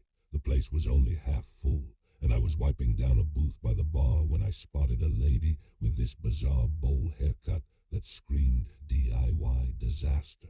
She had on a thick wool sweater, despite the mild weather outside. The second our gazes locked, she grinned at me, and next thing I knew, she was striding over, hugging her handbag tight. "Hello, sweetie," she cooed, her tone overly sweet yet unsettling. "It's wonderful to meet you at last, Emily. I follow your Instagram like it's my daily devotion." I paused, caught off guard. I'm no big-time influencer, and having someone confess to tracking me so boldly was a first. All right, what can I do for you?" She beamed even brighter. "You're even prettier up close. A table for one, if you please. But I want you as my server, nobody else, just you. Okay, follow me." She trailed behind as I led her to a quiet corner booth, softly singing some vintage melody to herself. When I passed her the menu, she deliberately grazed my fingers with hers. "Such elegant hands you have. Do you play the guitar?" "Nope, just haul trays and spill stuff occasionally." She let out a shrill, overly enthusiastic laugh. "Oh, you're hilarious. You've got real charisma." I gave a weak smile and asked for her drink order. She went with iced tea. When I returned with it, she bombarded me with invasive queries like rapid fire. "Do you live around here? Seeing anyone special? What car do you own? Attend any services?" Eventually, she leaned in and said, "I believe we could be amazing pals, Emily, perhaps something deeper." I blinked in surprise. "I'm flattered, but I actually have a girlfriend." Her face transformed in an instant like a light switch. Her mouth tight, her eyes shadowed. "Women like that spoil all the good things." "Pardon?" She abruptly seized my arm. Her touch was icy. "Don't squander your potential on someone unworthy. Ma'am, please release me. Call me Marlene. I'm not some stranger. Relax." Things escalated quickly into a loud dispute, with Marlene yelling at me. Mike, my shift supervisor, saw from afar and hurried over. "Is everything okay here?" "She's perfectly fine," Marlene replied, flashing that creepy fractured grin again. "Just some girl chat." Mike glanced my way. "You all right, Emily?" I quickly recounted how Marlene had been acting out. Mike backed me up right away and told her to exit the premises. The glare she shot when Mike mentioned involving security to escort her was pure venom and fury. But as she departed, she smiled at me one last time and scorched Mike with a stare. The incident wrapped up there. I tried to brush it off. My girlfriend, Alex, picked me up post-shift. I was replaying her phrases, the way she pronounced my name, the firmness of her hold. Alex noticed my stress and probed if I was fine. I shared the Marlene saga during the ride home. She labeled her a nutcase and urged me to alert authorities if she reappeared. Sleep evaded me that night. Come morning, my phone buzzed. It was Jenna, a fellow server. Her tone quivered. "Emily, have you heard?" "Heard what?" "Mike's gone. They discovered his body in the back lot behind the spot, stabbed viciously. Police figure it went down right after closing." My gut sank. Mike had clashed with her over me, and she struck me as the vindictive type. But evidence? Zilch. All day the link haunted me. Marlene's expression replayed endlessly. That final glare at him. By evening, arriving home, a tiny parcel awaited on my porch. No sender info, my name in elegant script. I assumed Alex had surprised me. I carried it in and unpacked it at the counter. I recalled immediately, pulse racing. Beneath crimson-stained napkins lay a creased letter. The script was unsteady yet intentional. It stated rejecting me was a mistake. I rang Alex at once. She instructed me to secure the house and contacted law enforcement. I complied. They collected the item, documented it, but noted without linking it to her. Options were limited. Sleep's been rare lately. Every house noise startles me. I haven't returned to the job. Maybe relocate to a fresh town, begin anew. Alex thinks I'm overreacting, but I sense it won't help because last evening, passing the den window, a glimpse in the pane caught my eye. On the pavement outside, Marlene lurked, eyeing my place. I know she'll cling on stubbornly. Working the late shift at Hooters isn't glamorous. Most nights were routine. Fryer sizzling, orders coming in, and the hum of conversation and clattering dishes. Nothing ever disturbed me until that night. It was around 11:50 p.m. I was wiping down the grill, trying to finish my side prep when headlights bounced off the windows. A delivery truck pulled up silently outside the back door. Not the usual branded delivery van. No one inside spoke as the driver jumped out carrying 3 unmarked cardboard boxes. They were labeled in black Sharpie, premium cuts. The driver handed a clipboard to Derek, the branch manager. He looked normal enough on paper, mid-30s, slick back hair, a permanent smirk, but something about his eyes always made me uneasy. That night, he barely glanced at the receipt, shoved it into his pocket, and muttered, "Leave 'em be.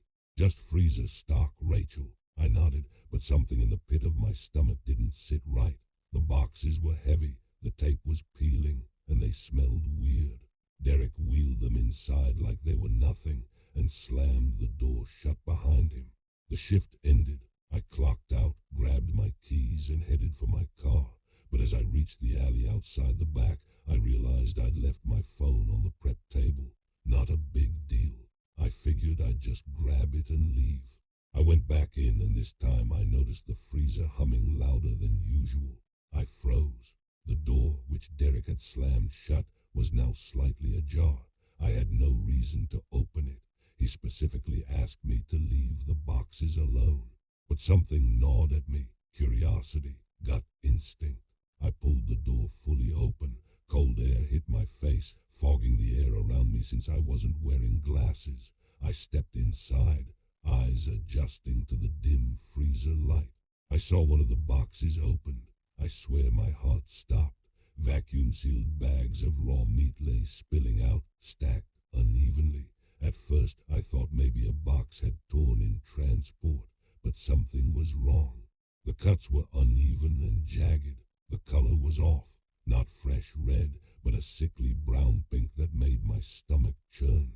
In addition to the unsettling color, there was a tattoo. It was faint, almost invisible beneath the packaging, but unmistakable. A small star tattoo on the ankle. My blood ran cold. That tattoo, I knew it. One of our missing Hooters waitresses, Megan, had that exact tattoo. I stumbled back, fumbling for my phone, and shaking, I dialed 911. "Hello, there's human meat in the freezer at Hooters. You need to send someone. Please hurry." The dispatcher asked questions I barely heard. I was hyper-aware of every sound, the hum of the freezer, the empty street, and my own breathing. I was about to give them the address when a voice stopped me. "You don't understand, Rachel." I spun around. Derek was standing there, knife glinting in the alley light. His smirk was gone. His eyes were hard and dark. "You're seeing things that aren't there." "I saw it," I said, my voice shaking. "The tattoo, it's hers." "There's human." Derek stepped closer, raising the knife slightly. "You misheard or you misunderstood. Nothing here is what you think it is." I backed up instinctively, bumping into the dumpster. My adrenaline spiked. I pressed the phone against my ear and whispered into it, "He's here. He's got a knife." The dispatcher told me to stay calm as the cops were on their way. Derek lunged, just a quick swipe, more of a threat than an dodged and ran toward the street, shouting, "Help!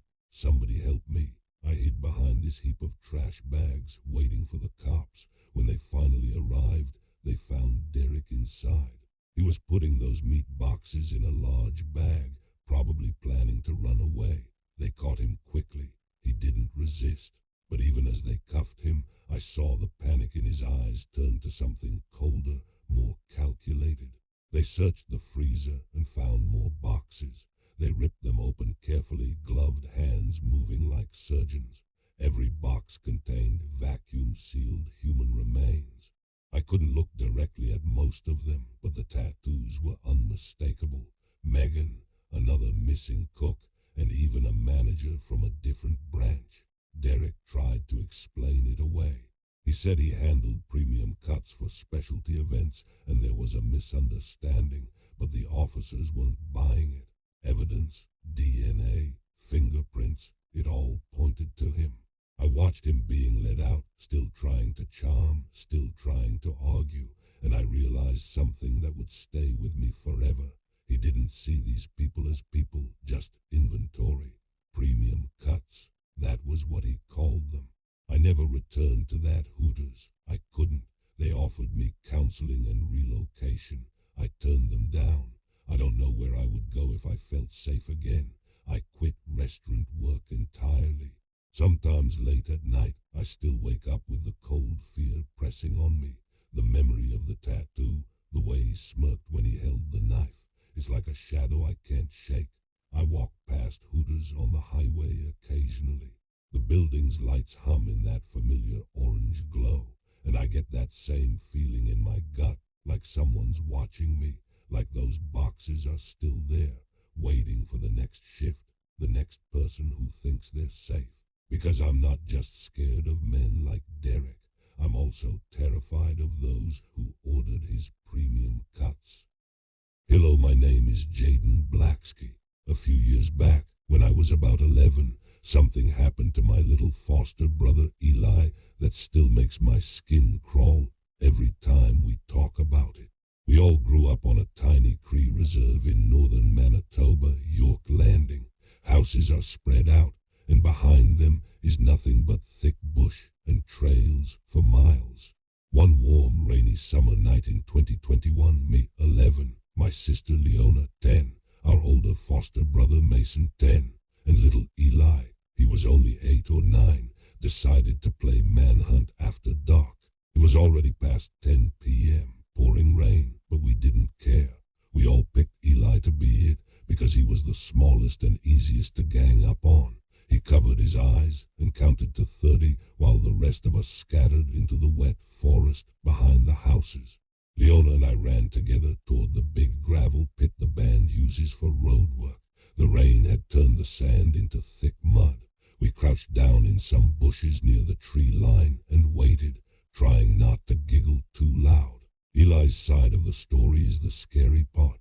He started hunting, took the main trail that leads down to the gravel pit, then cut left onto the neighbor's path that loops back toward the houses. In the rain and darkness, he thought he spotted 2 kids walking ahead of him, exactly our height, our builds, wearing the same kind of hoodies Leona and I had on. He grinned, thinking he'd found us easy, and started creeping after the figures. The 2 figures never ran. They just walked slow, side by side, like they wanted him to follow. Then one of them turned its head and looked right at him. Eli said the second it noticed him, both figures stopped dead. He dropped flat into the mud, heart pounding. A few moments later he swore he heard Leona and me calling his name, soft, sing-song, coming from deeper in the bush. Eli, come find us. That's when he backed up, terrified, and bolted toward the house from our side. After 10 minutes we hadn't heard anyone scream found, so Leona and I gave up hiding and jogged back to the house. Mason was already there. Eli wasn't. We waited maybe 2 minutes, then all started yelling his name and fanning out. We found him a couple minutes later walking out of the neighbor's yard, soaked, crying his eyes out. We hugged him and he could barely talk at first. He told us everything I just said, how the 2 figures looked exactly like me and Leona, how they turned at the same time, how they tried to call him deeper into the trails when he hid. We ran inside and told the adults. They laughed it off, said he probably saw shadows or got spooked by his own reflection in the rain. But we know what Eli felt, and sometimes, late at night, I still think about what would have happened if that little 8-year-old boy had kept following us down that dark trail instead of running the other way. Whatever was wearing our faces that night, it didn't want to play manhunt. My name is Cole Rivers. Back in fall 2019, when I was 19 and studying in Portland, my buddy Tyler talked me into a quick weekend camping trip down south along the Oregon coast. We found this random pull-off deep in the woods, super secluded, no cell service, no other cars. Perfect, we thought. While I was setting up my tent, I noticed a handmade sign nailed to a cedar tree. Private property, no trespassing. Someone had scratched out the rest of the original warning and spray-painted underneath in dripping red letters. Die. I laughed, showed Tyler, and said, "That's some hardcore Halloween decoration." Tyler didn't laugh. His face went stiff. He told me we should probably leave, but I called him a baby and said nobody's actually out here. So we stayed. We built a fire, roasted hot dogs, messed around until late, then crawled into our tents and passed out. I don't know what time it was, maybe 2 or 3 a.m., when I woke up to the sound of slow footsteps circling us. Crunch, pause, like someone testing every stick before they stepped on it. I shook Tyler awake. He heard it too. We lay there dead silent, staring at the tent wall. Then the zipper started moving, real slow, tooth by tooth. The flap opened just enough for a head to push in. The guy's face was black with months of filth. Eyes blood red, teeth rotted almost to points. He smiled the slowest, sickest smile I've ever seen, like he'd been waiting years for this exact moment. In a low rasp he whispered, "Didn't you boys read the sign?" His right hand slid inside the tent holding something long, yellow-white and sharp. A bone, looked like a deer femur someone had spent weeks grinding down into a jagged spear. Tyler screamed so loud it hurt my ears. I reacted without thinking, shoved the guy's face as hard as I could. He stumbled back, I exploded out of the tent, and he swung that bone spear at my head. I barely ducked, felt it whistle over my hair. "Start the car," I yelled. Tyler was already sprinting. The maniac came at me again. I kicked him square in the chest, turned, and ran faster than I've ever run in my life. Dove headfirst into the passenger seat as Tyler floored it. Gravel and mud sprayed everywhere. We left the tent, sleeping bags, everything. Didn't stop driving till we hit the highway and saw other headlights. 3 days later, we went back with a cop buddy of Tyler's to grab our stuff. The tent was still there, except now the entire thing was soaked in fresh red spray paint that spelled die over and over. Inside, on our sleeping bags, were 2 gutted animal carcasses, raccoons maybe. They'd been opened up, ribs cracked outward, organs arranged in neat little piles. The smell made us gag from 20 feet away. We grabbed what we could, torched the rest, and swore we'd never go back. To this day, I still don't know if that guy was just some psycho hermit, or something that had been guarding those woods a lot longer than any human should. My name is Noah Gray. This happened in summer 2020, right in the middle of lockdown. My parents decided to get the whole family out of the city for a week, so we booked this huge old resort up north near Thompson, Manitoba. It looked like a giant 3-story gray house that had been turned into cabins. We were literally the only family that showed up.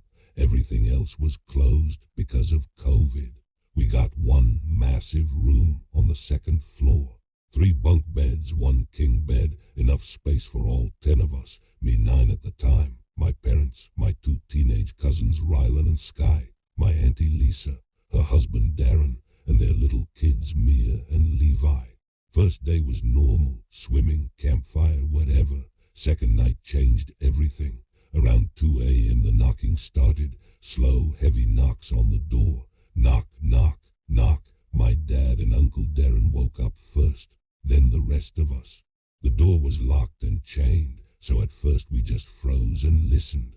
Uncle Darren got on the floor and looked under the door. There was about a 2-inch gap.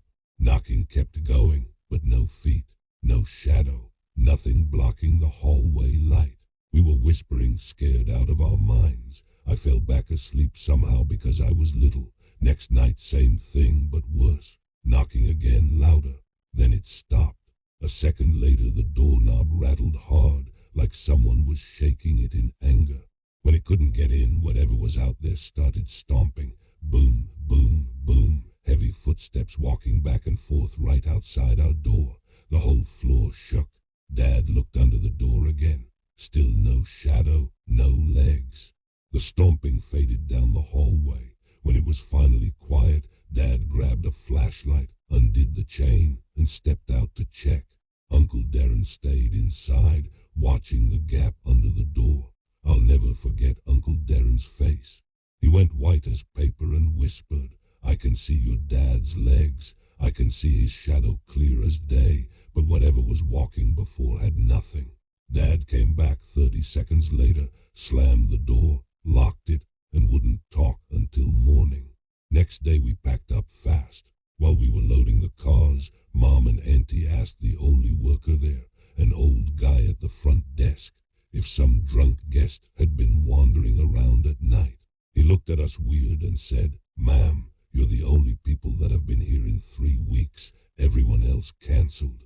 There's nobody on this property but you." We left that same hour and never went back. Sometimes I still wonder, was it a person who somehow hid their legs and shadow every time we looked? Or was something else trying to get into that room? Something that only wanted in when it knew a bunch of kids were sleeping inside. Imagine this, you're 17. It's February in Orange County, California. You open your locker and find a red envelope with a photo someone secretly took of you laughing in the quad. On the back, in black Sharpie, "I've watched you long enough. You're mine now. Jay." That's how I met Jake Carter. Senior quarterback, quiet, ocean blue eyes, the kind of guy every girl at Huntington Beach High wanted. And for some insane reason, he wanted me. That photo was the start of the most electric 4 months of my life. My first love, the one every song is written about. He knew everything about me before I told him. My favorite coffee order, the way I chewed my pencil in AP Lit, the exact spot on my neck that made me melt when he kissed it. He'd leave handwritten notes in my car, wait outside every class, text me at 3 a.m. just to say he couldn't sleep without hearing my voice. My friends called it stalker behavior. I called it soulmate shit. Then graduation came. I got into UCLA. He got a football scholarship to Oregon. Distance turned our fire into smoke. Calls got shorter. Text stopped. One day his number was disconnected. No goodbye, nothing. He erased me. 6 years later, I'm 23, living in a shitty 1-bedroom in Long Beach, scrolling Instagram at 2 a.m. when a DM slides in from a blank profile. Just one coffee, Madison. I still count the days. My heart actually stopped. It was Jake. I told myself I was just getting closure. My roommate Kaylee literally grabbed my phone and begged me not to go. People don't ghost for 6 years and come back normal, Maddie. I laughed. Some chances only come once. I wore the same vanilla perfume I wore at 17. Curled my hair the way he used to wrap it around his fingers. When my Uber pulled up to that little 24-hour diner off PCH, there he was, leaning against his matte black Jeep like no time had passed. Same Letterman jacket, same crooked smile that ruined me at 17. He opened his arms. I walked straight into them. For 30 seconds I was home. We sat in the back booth. He remembered everything. The song from our first slow dance at prom. How I hated olives. The way I said literally too much. By the time the waitress brought our second round of coffees, I was laughing so hard my sides hurt. I was ready to cancel my entire life and run away with him again. Then he went to the bathroom. A black bandana slipped from his pocket and hit the floor. I picked it up to hand it back. It was heavy. I unfolded it under the table. Inside was a brand new surgical scalpel and a tiny plastic bag with a dried, pressed rose petal covered in dark brown flakes. I knew that petal. It was from the rose he gave me the night he said, "I love you," for the first time. Senior year, 2018. The blood on it wasn't from 2018. Jake slid back into the booth. That same smile. But his eyes were different now. Empty. Miss me mads. My hands were ice. I shoved the bandana into my purse before he noticed. He reached across the table and traced the exact same spot on my neck he used to kiss. "You still taste like vanilla," he whispered. I laughed. It sounded like a dying animal. He picked up the steak knife beside his plate, laid his left hand flat on the table, and started stabbing between his fingers, faster, faster, faster. The blade blurred. Couples around us froze. "Jake, stop." He went faster. A thin line of blood ran down his middle finger. He didn't blink. "You know what I realized in Oregon?" His voice was soft, loving. "No one laughs like you." I checked. I stood up so fast the table shook. I have to go." His hand shot out and locked around my wrist. Same grip he used when he pulled me into the backseat of his Jeep at 17. Only now it felt like a handcuff. "We're not done, Madison. We never were." I ripped free and ran. Outside, the valet saw my face and asked if I needed help. Then Jake stepped out behind me, slow, calm. He walked right up, cupped my face with both hands like he used to before every kiss, and whispered against my lips, "I kept every girl who tried to replace you. None of them screamed your name when I carved it into their skin. You will." Then he kissed my forehead, gentle as ever, and walked away into the dark. I still have the scalpel. The crime lab said the blood on the rose petal belonged to 3 different women. All missing. All last seen with a guy matching Jake's description. His Instagram is gone. His Jeep was found burned out in the Angel's Forest. No body. I sleep with every light on now. Because sometimes at 3:17 a.m., exactly 6 years since our last night together, my phone lights up with a single text from a blocked number. "Still counting the days, Mads. My first love is still out there, and he's getting better at waiting." Imagine you're 26, single for the first time since high school, and you're standing at your company holiday party in downtown Seattle. Everyone's drunk, the DJ's killing it, and you're finally starting to feel okay again after the worst breakup of your life. Then you see her across the room. She's leaning against the wall in a black dress that makes her look like she stepped out of a 90s music video. Long auburn hair, green eyes. The kind of beautiful that makes people move out of her way without realizing they're doing it. But nobody's talking to her. Groups literally part when she walks past. You feel bad. You've been that person. You grab 2 glasses of champagne and walk over. Thought you could use a rescue, you say, offering her a drink. She turns and her smile hits you like a punch to the chest. "Funny," she whispers, "I was about to say the same thing to you." Her name is Emily Harper. You've never seen her at the office before, but she says she's with the Portland branch, in town for the weekend.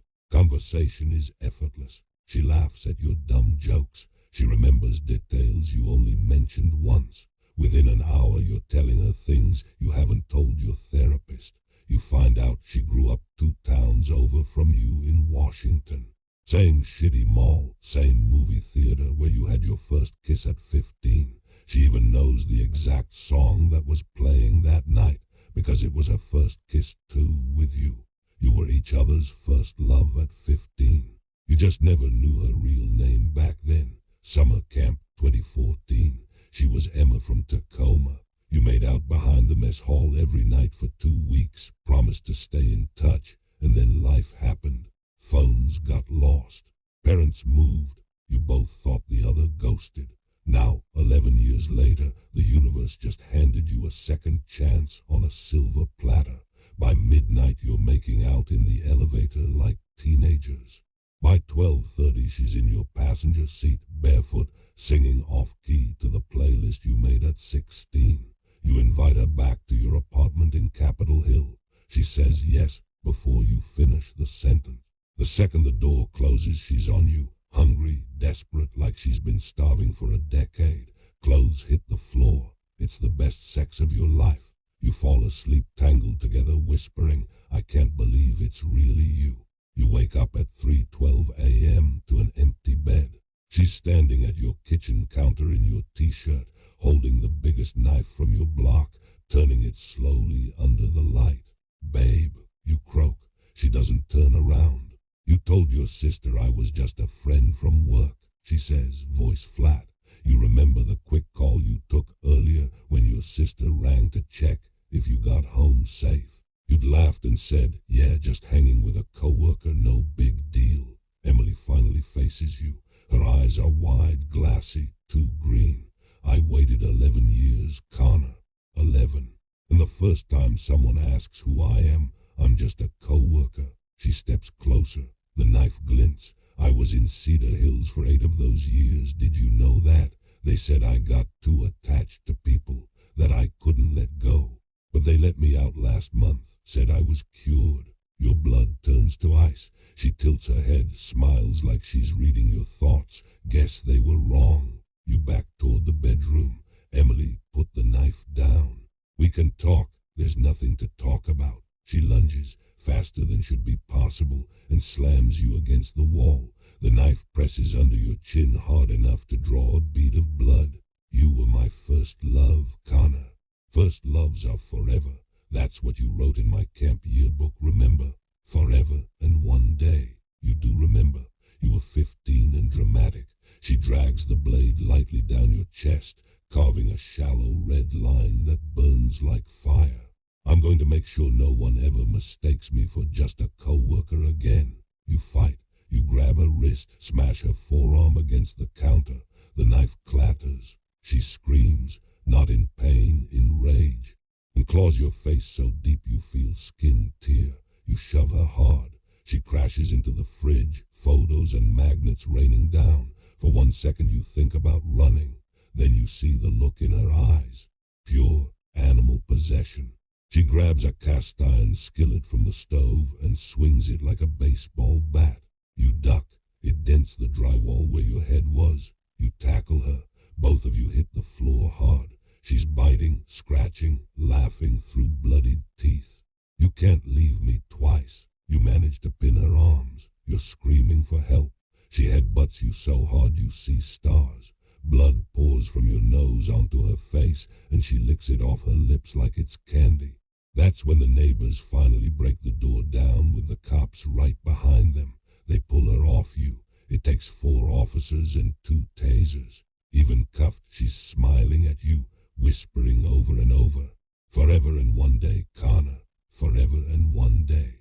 Turns out Emily Harper was released from Washington's most secure forensic psych ward 38 days ago. She'd been locked up since she was 19 for hunting down the boy who took her virginity at 17 and carving her initials into his chest while he slept. He lived, barely. Police found a shrine in the trunk of her car. Your camp photo from 2014, your current work badge photo, printed Instagram stories, a lock of your hair she must have taken while you slept, and a list, 27 names. Yours was crossed out in red, with the words "found him" written next to it. I moved to a new city, changed my last name, deleted every social account. But every December, on the anniversary of that party, I get a new email from a random address. The subject line is always the same. Forever and one day starts now. I never open them, because I know what the attachment will be. A new photo of me sleeping, taken from inside whatever apartment I'm hiding in this time. My first love found me after 11 years, and she's never leaving again. I used to chase the rush of married men, the secret texts, the hotel key cards, the way they looked at me like I was the last sip of water in the desert. I told myself it was harmless. I never wanted their wives' lives, just their attention and their credit cards. Then I swiped right on Ethan Brooks, 32, private equity partner in San Francisco, profile pic in a Tom Ford suit on a yacht. First message: I'm only in Miami for 48 hours. Make them unforgettable. I was 27, living in South Beach, bored out of my mind. I said yes before I even asked if he was married. He was. Diamond band tan line on his ring finger when we met at the Seti bar. I didn't care. We spent 2 days straight together. He paid for everything. Sweet, champagne, the red La Perla set I wore just for him. He called me baby in this low voice that made my knees weak. He said his marriage was dead, that his wife hadn't touched him in 2 years, that I was the first person who made him feel alive since college. I ate it up. Every lie tasted like honey. On the second night he flew me to Atlanta on his company jet just because I said I'd never been. We checked into the St. Regis under my fake name, Chloe Monroe, room 2412. He ordered oysters and a $900 bottle of Dom. We didn't leave the bed for 14 hours. That's when the phone call came. He was in the shower. His phone kept buzzing on the nightstand. Unknown Georgia number. I shouldn't have answered.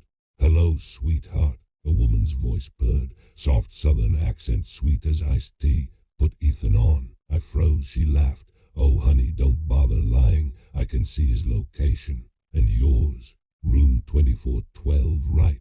Enjoy the view of Peachtree Street while it lasts. The line went dead. Ethan came out dripping wet, towel around his waist. I told him. His face went gray. That was Lauren, he whispered. My wife. He started throwing clothes in his bag, telling me to order an Uber to the airport right now, that she was unstable, that she'd been following him for months. I laughed, thought he was being dramatic. Rich people problems. I was wrong. 40 minutes later, I'm alone in the suite waiting for my car when the door clicks open. I think it's housekeeping. It's her, Lauren Brooks. Blonde, willowy, wearing a cream trench coat and red bottom heels like she just stepped off a runway. She's holding a bottle of champagne in one hand and a stainless steel meat tenderizer in the other. Hi, Chloe, she smiles, closing the door with her heel. Or is it Ava tonight? You change names like underwear. I back toward the balcony, 24 floors up, no way out. She pops the champagne cork. Foam spills over her manicured fingers. Ethan always orders the same bottle when he cheats. Did he tell you I was crazy? That I stopped touching him? That's cute. She steps closer. The tenderizer swings casually at her side. He stopped touching me the night he came home smelling like some sorority girl's coconut perfume. I was 6 months pregnant. Lost the baby 2 weeks later. Stress, the doctors said. My stomach drops. She tilts her head. You're prettier than the last one. Younger. He's upgrading. I try to run past her. She swings the tenderizer like a pro golfer. It connects with my ribs so hard I hear something crack. I hit the carpet gasping. She straddles me, pins my arms with her knees, and pours champagne straight into my mouth until I'm choking. You know what I do with girls who touch what's mine. She leans down, lips brushing my ear. I give them my face. She drags me by my hair to the bathroom. The marble is cold against my skin. She's humming their wedding song.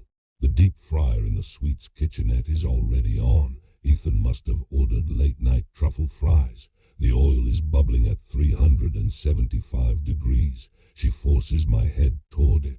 I scream. I beg. I tell her I'll disappear forever. She laughs. That's what the last girl said. She still sends me Christmas cards from the burn unit. The heat is unbearable. My cheeks blister. My eyelashes curl. I can smell my own hair singing. I'm seconds from going face first into boiling oil when I remember the balcony. With everything I have left, I kick backward. My heel connects with her knee. She stumbles just long enough. I scramble up, sprint through the suite, throw open the glass door, and scream down 24 floors into downtown Atlanta traffic. 2 hotel security guys hear me. They bust in with master keys. Lauren is gone. but she left the meat tenderizer on the bed next to a Polaroid of me sleeping from the night before. On the back, written in red lipstick, new face loading. Ethan's company card paid for everything, so the cops found me fast. Lauren Brooks vanished.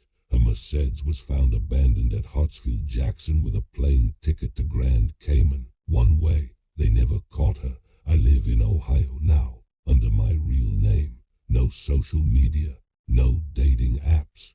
I can't be around hot oil. The smell of anything frying sends me into full-blown panic attacks. I still have the scar shaped like the state of Georgia across my left cheek. Every first of the month, I get a delivery.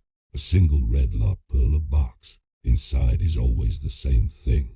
A lock of blonde hair and a new Polaroid of some terrified girl wearing my old lingerie. On the back, always the same message in that perfect red lipstick. Your face looked better on you anyway. I destroyed the last man I ever let call me baby, and his wife is still wearing my skin in her dreams. The fluorescent buzz overhead was the only heartbeat in that 5 guys after midnight, a sickly hum sinking with the migraine pounding behind my eyes. Shift change in this god-forsaken strip mall off I-75, where the air hung heavy with peanut oil and unfulfilled dreams.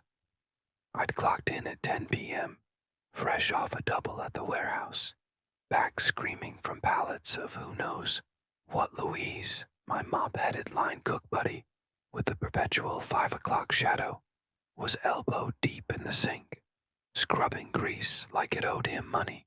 Last rush was a ghost town, man, he grumbled, suds foaming white, storms chasing him home. Outside, rain lashed the windows in sheets, thunder growling low like a junkyard dog. We were midway through close-up ritual, wiping counters to a shine, stacking trays like Jenga pros, when the bell above the door jangled. Not the wind. That thing was bolted tight. Footsteps followed, heavy and uneven, dragging across the welcome mat. Louise straightened, sponge dripping, his face draining color faster than bleach on tile. Who the hell? I muttered, stepping out from the grill station, spatula still in hand, like a sad excuse for a weapon. The figure loomed in the entryway, backlit by a street lamp's jaundiced glow, water pooling at his boots. 6 foot something of nightmare wrapped in a clown suit, oversized polka dot rags, patched with what smelled like mildew, and worse, a rainbow wig plastered crooked under the hood. He limped forward, one leg hitched like a puppet with cut strings, crowbar dangling from a gloved fist, scraping sparks on the floor. Makeup caked his face in a grotesque rictus. White grease paint cracked like parched earth. Black diamonds around eyes that burned fever bright. Red smear of a mouth stretched into a leer, revealing teeth filed to points.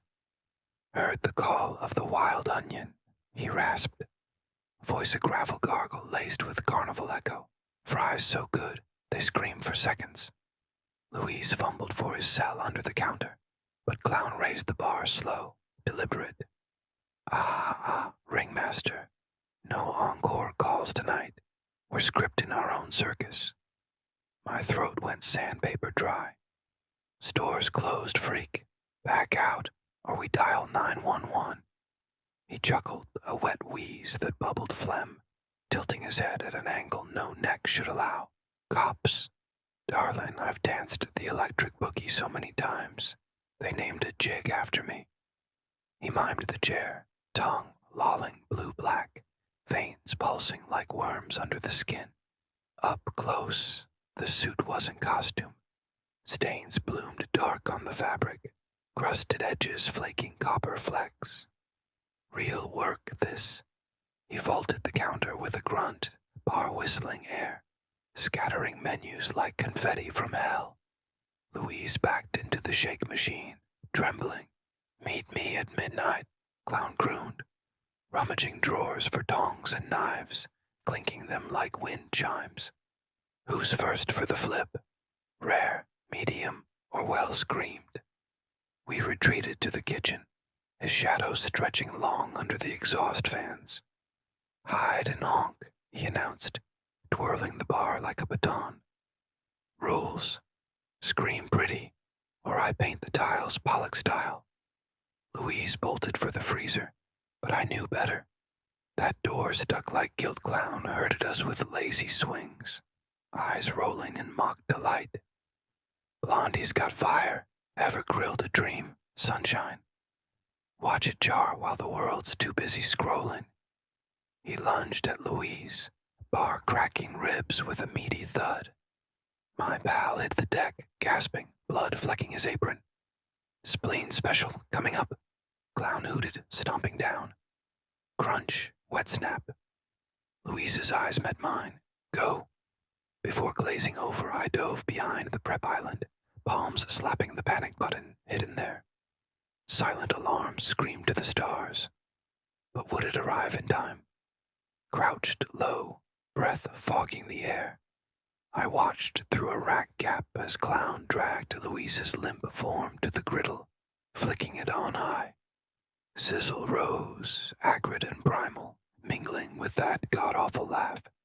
You fry like family, handsome, extra crispy for the finale. Another crack, arm or leg, didn't matter. And silence fell, broken only by the drip of something viscous hitting the drain. Then my name, drawn out, sing-song. Jamie. Where's my golden girl? Got a balloon animal for you. Pop goes the weasel. I clamped a hand over my mouth, nails digging crescents into my palm. Boxes loomed, peanut oil towers teetering. His boots scuffed closer, sniffing the air like a hound. Smell that fear flavor. Tastes like cotton candy regrets. A box toppled, avalanche slow, and there he was, face inches from the slats, breath fogging my hiding spot, those diamond eyes drilling soul deep. Peekaboo, I see you. One honk for mercy, two for the show. The bar's tip poked through, cold steel kissing my knee. I squeezed eyes shut, whispering prayers to a god who'd long ghosted. Sirens wailed distant, then close, tires biting wet asphalt. Clown paused, head cocking like a glitchy doll. Curtain call, kiddos, but we'll reprise. Poof, gone, slinking out the back like smoke. Cops burst in minutes later, vests bulky, guns drawn. They pried me out, shaking, as paramedics zipped Louise into a bag. Face pulped, torso a roadmap of brakes. Cameras, I choked. Dead, of course. Looked like that house of 1,000 corpses creep, I babbled, pulling up pics on my phone. They nodded grim. Serial clowns M.O., shifting skins. Bozo one night, Pogo the next. Heard whispers of a ringleader, but trails go cold as the grave. I quit that dawn, rain still drumming dirge. Nights now, I bolt doors triple, sleep with a bat by the bed. Dreams replay the sizzle, Louise's last gasp. Cops hit walls. No prints, no DNA, just grease smears and a faint balloon scent. But I know he's out there, makeup fresh, bar polished, hunting the next stage. Fast food's a trap for the weary, and I'm wide awake. If you flip burgers late, listen for the jangle. Some shows never end, they just reload. In the dead of night, when the city's pulse slows to a whisper and shadows swallow the sidewalks whole, I pushed open the back door of that Five Guys like it was the gateway to salvation. Hunger had clawed its way into my bones. 2 days without a crumb, my ribs poking like accusations under my threadbare shirt. Broke as a promise from a politician, jobless after the factory shuttered. One eviction notice from the streets. The alley reeked of dumpster rot and regret. But inside, grease-kissed air, thick and inviting, wrapping around me like a forbidden embrace. The grills were cold now, chairs upturned like tombstones, but the freezer hummed a siren song. I told myself it was just a peek. One burger, maybe a fistful of fries to quiet the beast in my gut. Morals, they starve faster than a man like me. My sneakers squeaked on the linoleum as I crept past the counters, heart hammering louder than the distant thunder rumbling over the sprawl of downtown Detroit. The walk-in freezer door gave with a reluctant sigh, and there it was, stacks of patties wrapped in wax paper, golden fries in crinkly bags, even a half-gallon of chocolate shake sweating beads of condensation. Jackpot. I tore into a double cheeseburger first, cold, sure, but the beef hit like liquid fire, juices bursting salty and real on my tongue. I devoured it in gulps, grease smearing my chin, then chugged the shake straight from the carton. It was thick, too sweet, spilling down my neck in rivulets that soaked my collar. Tears pricked my eyes, not from the cold, but from the sheer mercy of fullness. For a heartbeat, the world righted itself. I was alive. Then, a scrape of metal on concrete, faint but deliberate, echoing from the stockroom at the far end. Not the wind this time. Human. A low, ragged breath, followed by a muffled sob that twisted my gut, worse than hunger ever did. I froze, burger wrapper crinkling in my fist. Run, idiot. But curiosity's a cruel puppeteer, and mine yanked hard. I edged toward the door, half cracked like an invitation to hell. Peering through, the room swam in dim amber from a single hanging bulb, swinging lazy like a noose. And there, bound to a rickety metal stool, with zip ties biting into his wrists, sat a guy in his 40s, sweat-soaked button-down, slacks rumpled, face a mask of terror. His eyes, bloodshot and bleeding, locked on mine for a split second, before darting away. Duct tape sealed his mouth, but the whimpers seeped through, wet and desperate. Before I could bolt, laughter bubbled up from the gloom. Two women emerging like specters from a fever dream. They were dressed as deranged candy strippers, pink and white uniforms splattered with what looked like stage blood, but the metallic tang in the air said otherwise. The shorter one, buzz-cut blonde with a syringe dangling from her pocket, like jewelry, circled them slow, her heels clicking a taunt. Poor thing, she cooed, voice syrupy as spoiled milk. All checked in, no checkout. The other, raven-haired with a wild tangle of curls framing a porcelain face, hefted a gleaming bone saw, real, not prop, twirling it with the grace of a figure skater. She leaned in close, the blade whispering inches from his cheek, and he bucked against the ties, chair legs scraping sparks. Smile for the stream, Doc. Buzzcut giggled, propping her phone on a crate, red light blinking live. Hashtags already scrolling in my mind. Night shift, nightmares, patient zero. Curls tilted her head, saw humming to life with a guttural whine that vibrated my teeth. We've got a VIP audience tonight. Make it hurt, pretty. The man's eyes bulged, tears carving tracks through the grime on his face.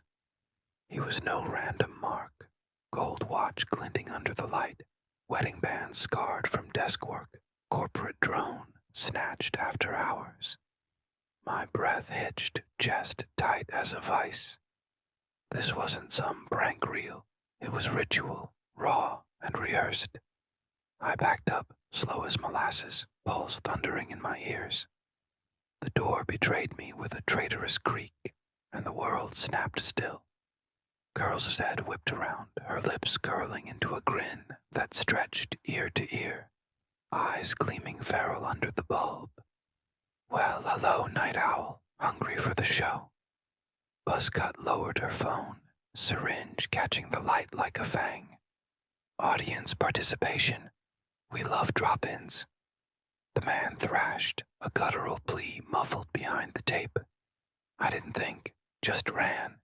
Through the kitchen, past the fryers that now smelled like fear sweat, out the back door into the alley's maw feet, pounding wet pavement, lungs screaming. I didn't stop until the neon haze of a gas station, blurred 4 blocks away, collapsed against a chain-link fence. I retched up half the burger, the shake curdling sour in my throat. Dawn broke gray and unforgiving. I stumbled into the precinct, reeking of fries and panic, words tumbling out in a frenzy. The back door ajar, the stockroom hell, the saws whine, the live feed. Cops nodded, stone-faced, but their eyes screamed junkie. They rolled out anyway, sirens silent, flashlights probing the dark.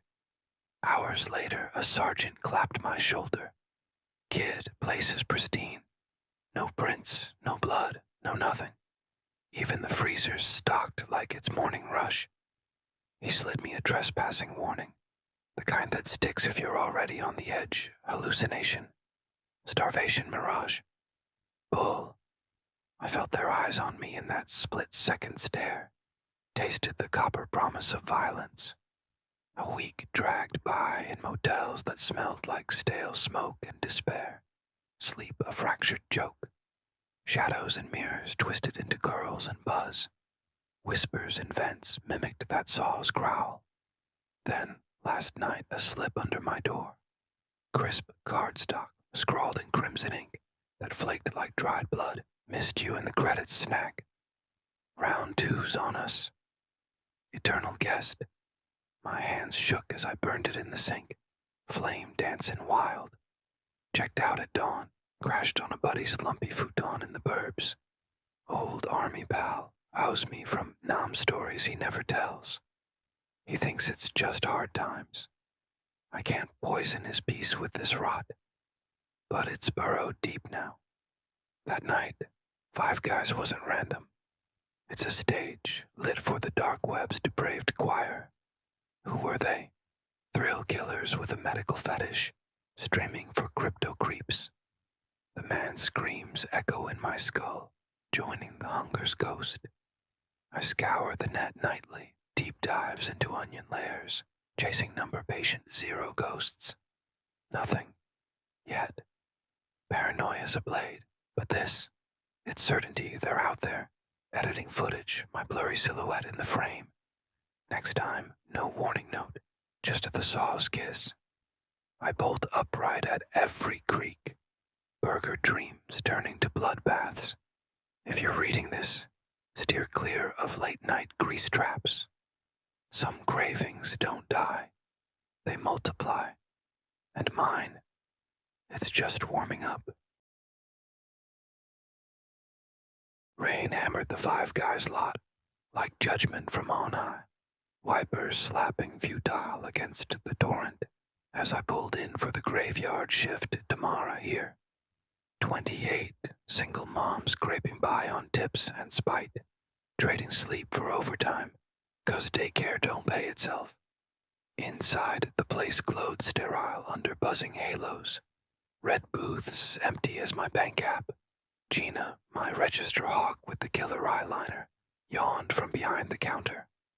Lori bailed again, flu or whatever. Boss texted you cover. I nodded, shaking off the wet like a mud. Figures. Storms biblical. No souls tonight. We tag-teamed close up. Her humming pop trash while I scrubbed the line. The fryer hissing steam ghosts. By 11, the downpour owned the night. Lightning strobing the windows like faulty reels. Gina locked the front, chain rattling, then froze at the side door, key half turned, eyes wide on the glass. Damn, that's Lori. My rag slipped into the sink. Through the pane, slick with rain, stood our missing co-worker, uniform sodden, hair a drowned rat's pelt, face pale as fryer oil. She grinned, too toothy, lips not syncing with the hollows of her eyes. Door creaked open on its own, wind or will, and she dripped in, leaving no puddle, just vapor trails that curled like fingers back from the brink. She monotoned D, voice flat as roadkill. Cars spun out, needed the hours. Relief hit first. Girl's tough, probably walked it off. But up close, off. Jerky steps like glitching footage. Smile pinned like a death mask. Water should have puddled. It didn't. You good, Lore? I ventured, gut twisting. She cocked her head, neck popping audible. Problems. Solved. All gone. Lights flickered, shadows lunging long across the tiles. Gina edged back. Damn, book it. This ain't right. Lori's gaze snapped to her, eyes flaring ember red. You covered. I uncover. Snap.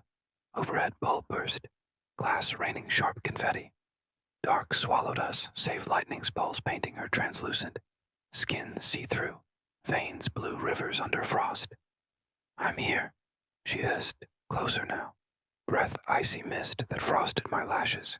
Gina bolted for the back, scream swallowed by thunder.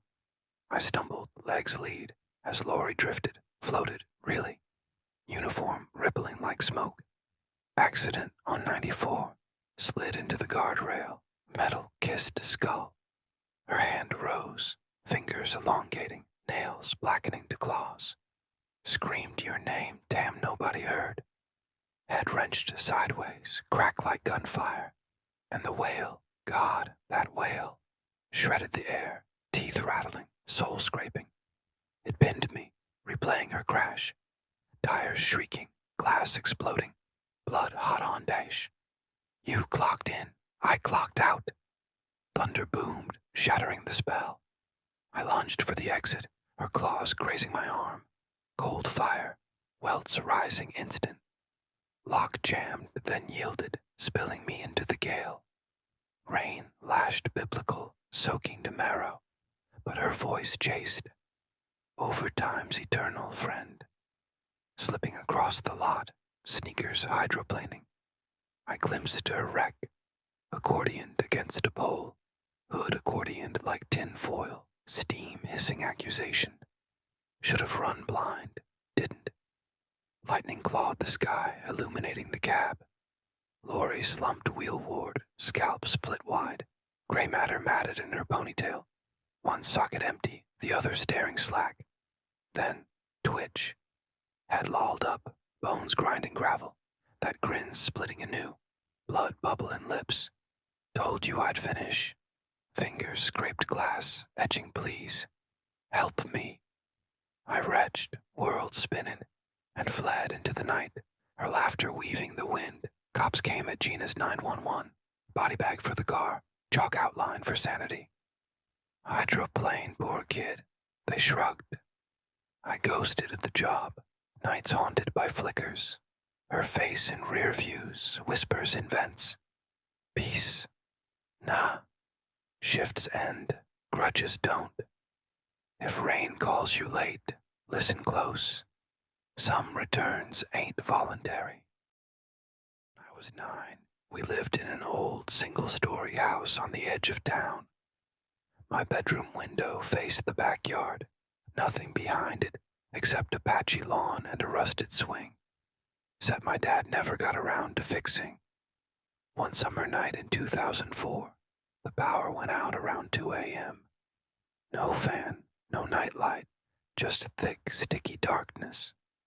I couldn't sleep, so I sat up and pushed the curtain aside to let in whatever moonlight there was. That's when I saw him. A man standing perfectly still at the far end of the yard, right where the grass turned to weeds. He was tall, wearing a pale suit that looked almost white in the moonlight. His face. I couldn't make out features, just a wide, unmoving smile. Not happy, not friendly. Just stretched across his face like someone had pulled the corners and stapled them behind his ears. I froze. My throat closed up. I wanted to scream for Mom, but nothing came out. I just stared, and he stared back, never moving, never blinking. After what felt like forever, I forced myself to duck under the window and crawl across the floor to the hallway. I banged on my parents' door until Dad opened it, grumbling. I told him there was a man in the yard, smiling at me. He grabbed a flashlight, checked every inch of the backyard, the side gate, even the shed. Nothing. No footprints, no broken grass, nothing. I refused to sleep in my room that night. The next morning, Mom found the window screen on the ground, outside not cut, not torn, just neatly unhooked and laid flat on the grass, like someone had taken it down to be polite. We moved 2 months later. I still can't look at old swing sets at night, and sometimes when I wake up suddenly, I swear I feel that smile waiting just outside the glass. This happened when I was 14 at my old middle school, built in the 1960s. Everyone knew the rumors. A girl in the 80s had hanged herself in the music room after some boys ripped her earrings out as a prank, and the wounds got infected. The school denied it, of course. One Thursday after marching band practice, only a few of us were left in the building.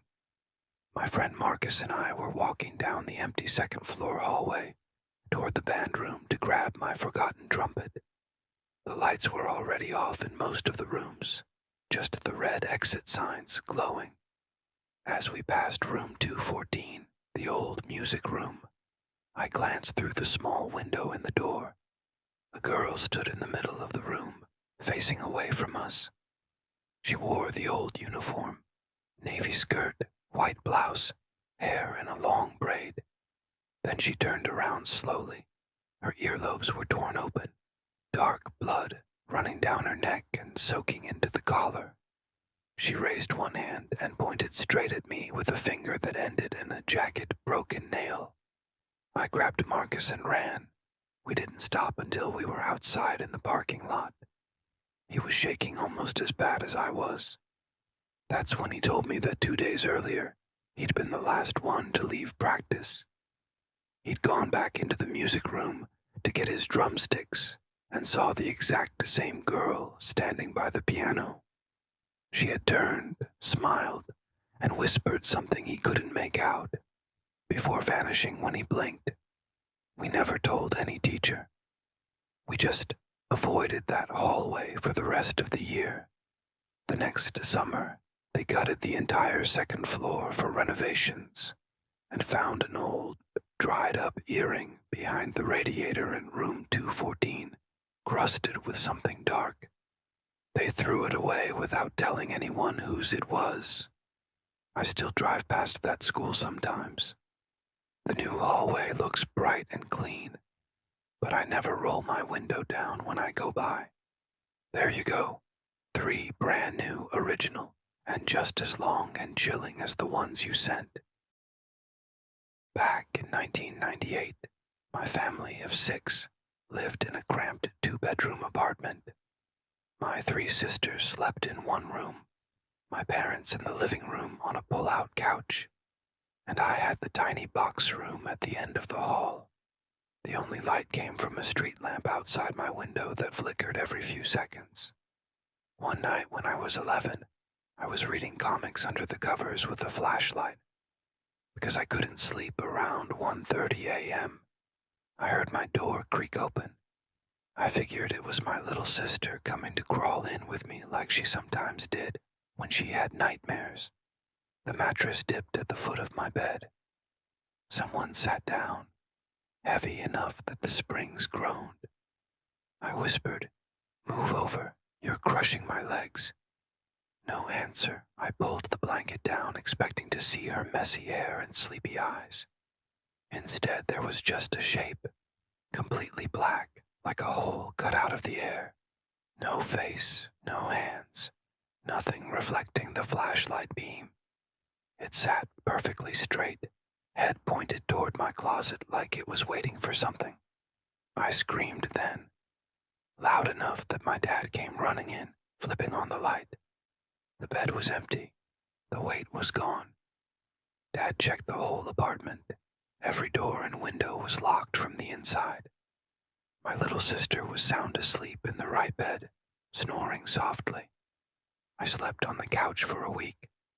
On the seventh night, I woke up because the cushion next to me sank again. Same weight, same spot. I didn't dare open my eyes.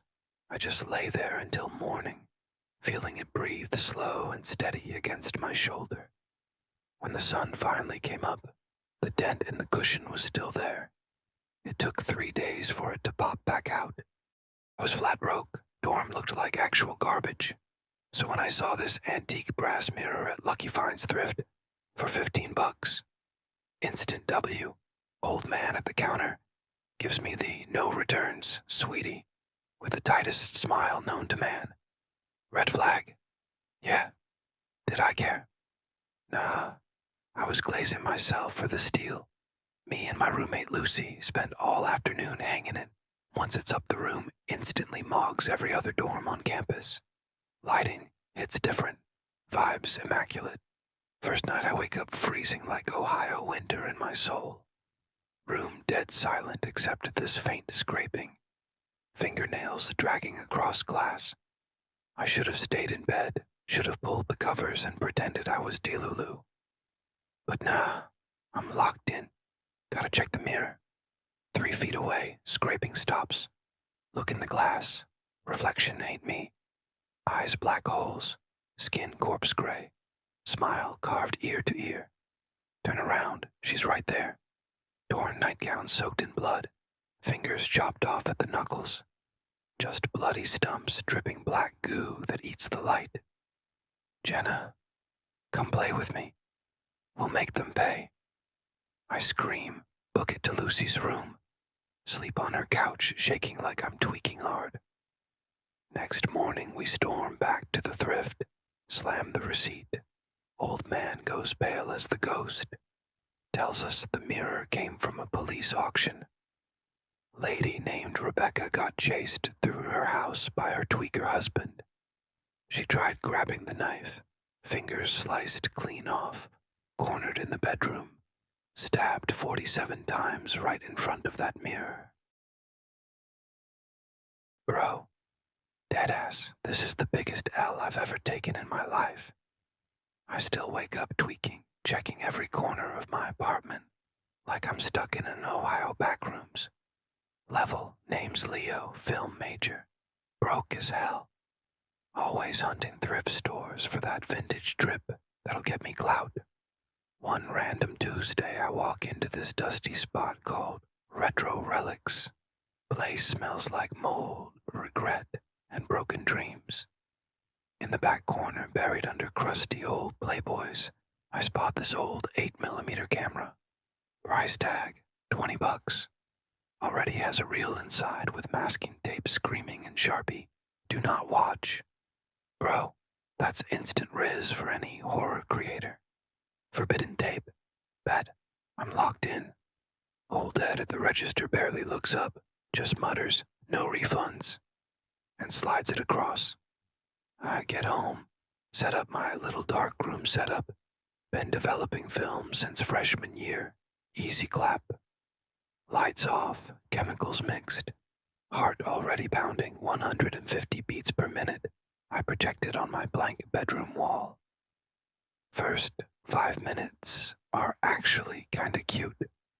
Halloween night, early 90s grain. Dad filming his 2 kids. Little dude dressed as Dracula. Sister rocking the witch fit, moms handing out candy. Everyone's smiling, pure nostalgia vibes. Then the last trick-or-treater bounces. Mom locks the door. 1 deadbolt. 2. 3. Dad goes, "You guys ready?" Kids start jumping like they just hit the biggest W. "Yes, Daddy, we got the rope like you showed us." Camera follows them down basement stairs. Image gets grainy as hell, but I still see it clear. Some random woman zip-tied to a metal chair, duct tape on her mouth, eyes bugging out, tears streaming down her face. Dad's voice, calm like he's filming a birthday party. "Remember what we practiced.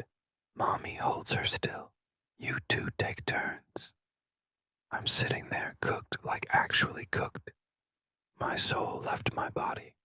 aura dropped to -1 million. Mom walks in smiling like she's about to cut birthday cake, puts her hands on the lady's shoulders.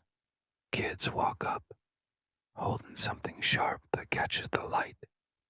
Woman starts screaming through the gag, camera shaking because Dad's literally excited. Then a chainsaw fires up, screen cuts to black. I'm frozen, brain rot level 1000. I just watched a family film a real snuff, like it's a home video, phone rings, unknown number. Yo, retro relics. That camera? Yeah, wasn't supposed to be on the floor. Original owner came back, gave him your address from the receipt. He's on his way. Line dead. Doorbell rings immediately. People, average dude, 40s, balding. But when he looks up, same exact eyes as the little boy in the footage, just older and dead inside. Leo, I know you watched it. Open up, let's keep family secrets in the family. Starts picking the lock with metal scraping sounds. I dial 911. Bro kicks at the door, Philly knife out, smiling like it's Christmas morning. Tells me his dad's on hospice but perked right up when he heard someone found their home movies. Long story short, I barely escaped. Tackled him, smashed his skull on my coffee table, ran with the real cops, found him unconscious in a pool of blood, still smiling like a skibidi demon. That reel reopened 6 cold cases from the 90s. Dude never spoke again, just kept mewing at detectives with that demonic grin. I haven't touched a camera since. Every 8mm at a thrift now. Instant minus 100,000 aura. Straight Ohio behavior. Never again. My fiance's betrayal detonated my life at 25. Wedding invites torn like funeral confetti across the floor as he confessed to a hotel keycard accident. Our suburban nest erupted in smashed faces and screams the neighbors ignored. By midnight, I fled. Duffels stuffed with clothes, half-packed albums, toiletries scattered like debris. My sedan shot toward Phoenix, the desert promising rebirth, far from his stain. Coyotes mocked from the flats as the dashboard blinked 1:15 a.m. Every headlight behind me a phantom stalker. Radio ballads twisting into dirges mirroring the chaos inside me. Fatigue dragged at my bones until a worn truck stop appeared under a half-hearted moon. My tank gasped empty. Gravel hissed faint warnings as I pulled in. The pumps buzzed like uneasy sentries. Shadows pooled thick in the corners. While fueling, I texted my location to a trusted friend. My only tether angry rock pulsed from the speakers, drowning the storm in my chest. Then doom arrived in a rusted Silverado, its scars reflecting my own. 4 men spilled out, driver mid-40s with a dead-eye stare freezing me in place. The trio behind him wore grins sharpened into threats. Their whispers floated in Mandarin. Taihen Ye Li, don't miss this chance. Terror ignited. I lunged for the ignition, but a hand clamped it down. Stay the hell back. I screamed, too late. Chaos erupted. Boots crushed toes, fists dropped like hail. A palm smothered my cries. Such a feisty little firecracker, one mocked. I raked my nails across his face, blood rising like proof of guilt. But they overpowered me. Zip ties bit my wrists as they hauled me into the truck. Every rut on the dirt road jolted a new plea from my throat. Why me? Just let me disappear. A decrepit lodge materialized, its flickering sign begging for mercy of its own. Suite 4's lock clicked like a verdict. Inside, filth reigned, cans, chip bags, the stench of booze and rot. They tied me to a chair, wrists overhead, ankles strapped wide. Make me forgettable, just let me go, I pleaded. More Mandarin murmurs slithered around me, warning, mocking, sealing my dread. Torment blurred into timeless cycles. Neon light through curtains became my only anchor as pain washed in relentless waves. Then a burp broke the trance. Fridge is empty. Ice run. The scrawniest of them was left to guard me, twitching with nerves. As the others left, gravel crunch fading, silence tightened like a noose. I forced a whisper. I need the bathroom, or I'll make a mess right here. His hesitation cracked. He sawed at the ties.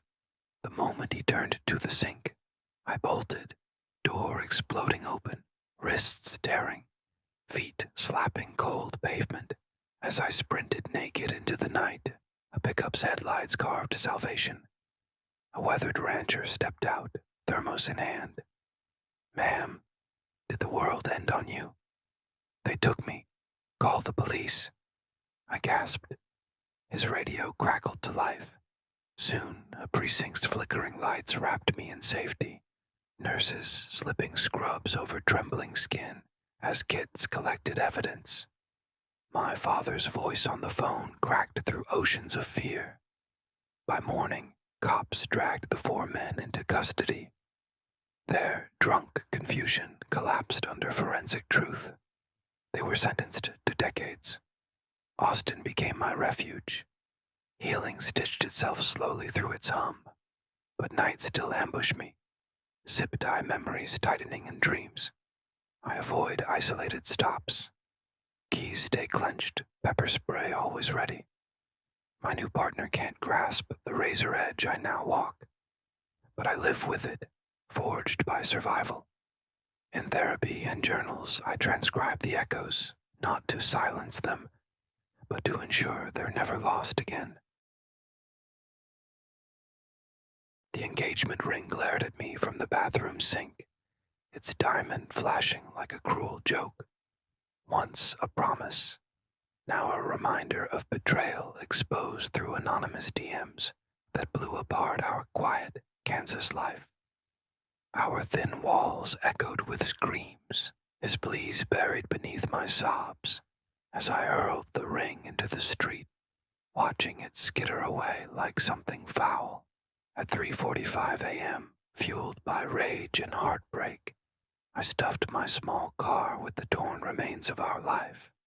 Clothes, books, memories that now felt like shrapnel, and sped into the night, leaving suburbia's suffocating cage behind as the engine groaned like my own tightening throat.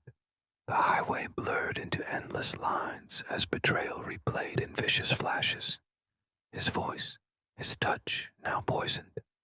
Hours later, thirst clawed at my throat as a lonely service plaza appeared under harsh halogen lights. I pulled in, heart jittering from imagined headlights behind me. While fueling, I doom-scrolled through social media, thumb hovering over the block button, a digital execution I couldn't yet bring myself to perform. To drown the silence, loud revenge pop vibrated through the car, each lyric echoing the storm inside me.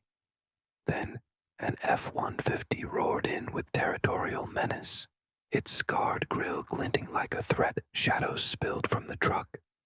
4 men, eyes sharp with predatory intent. The driver, wiry and coiled, stared at me with a poisonous smirk that froze the blood in my veins. His crew followed, hulking silhouettes whispering like the wind carried warnings. My forced smile cracked. Fear surged. Instinct screamed. I twisted the gas cap shut, grabbed my keys, and sprinted to the door, yelling, "Back off!" My cries shattered the emptiness, but their advance was a tidal wave. Hands clamped my mouth, legs, arms, one sneering, "Keep struggling, honey."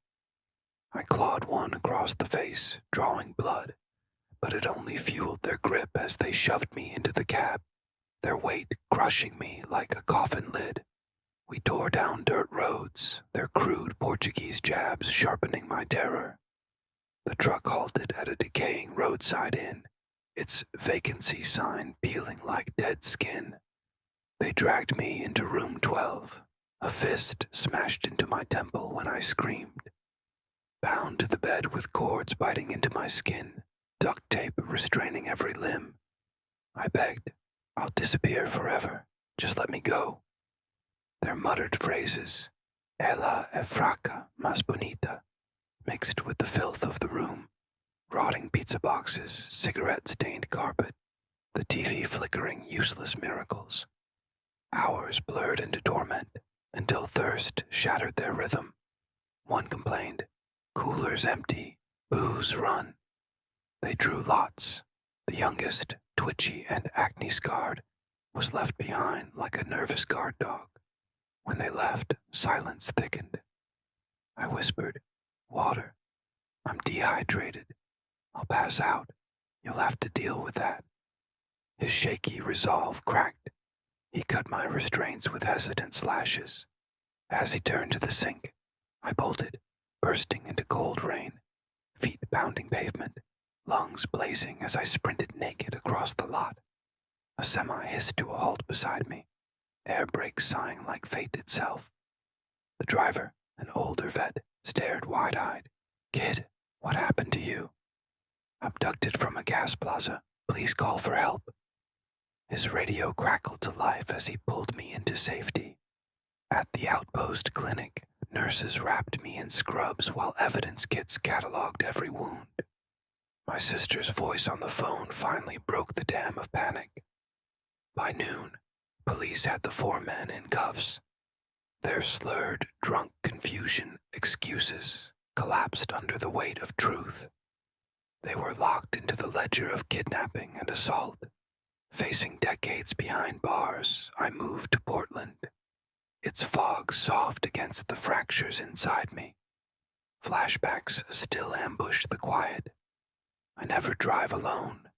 Pepper spray always clipped to my hip. My new partner doesn't understand the edge I carry, the shadows I track. But I know what I am now. Forged from fear, tempered in survival. My journals hold every echo. My voice refuses silence. The breakup hit like a freight train barreling through the fragile scaffolding of my life at 24. My boyfriend's betrayal exposed in a merciless flurry of incriminating texts I stumbled upon by accident, each message a dagger twisting deeper into the trust we'd built over years of shared dreams and quiet nights.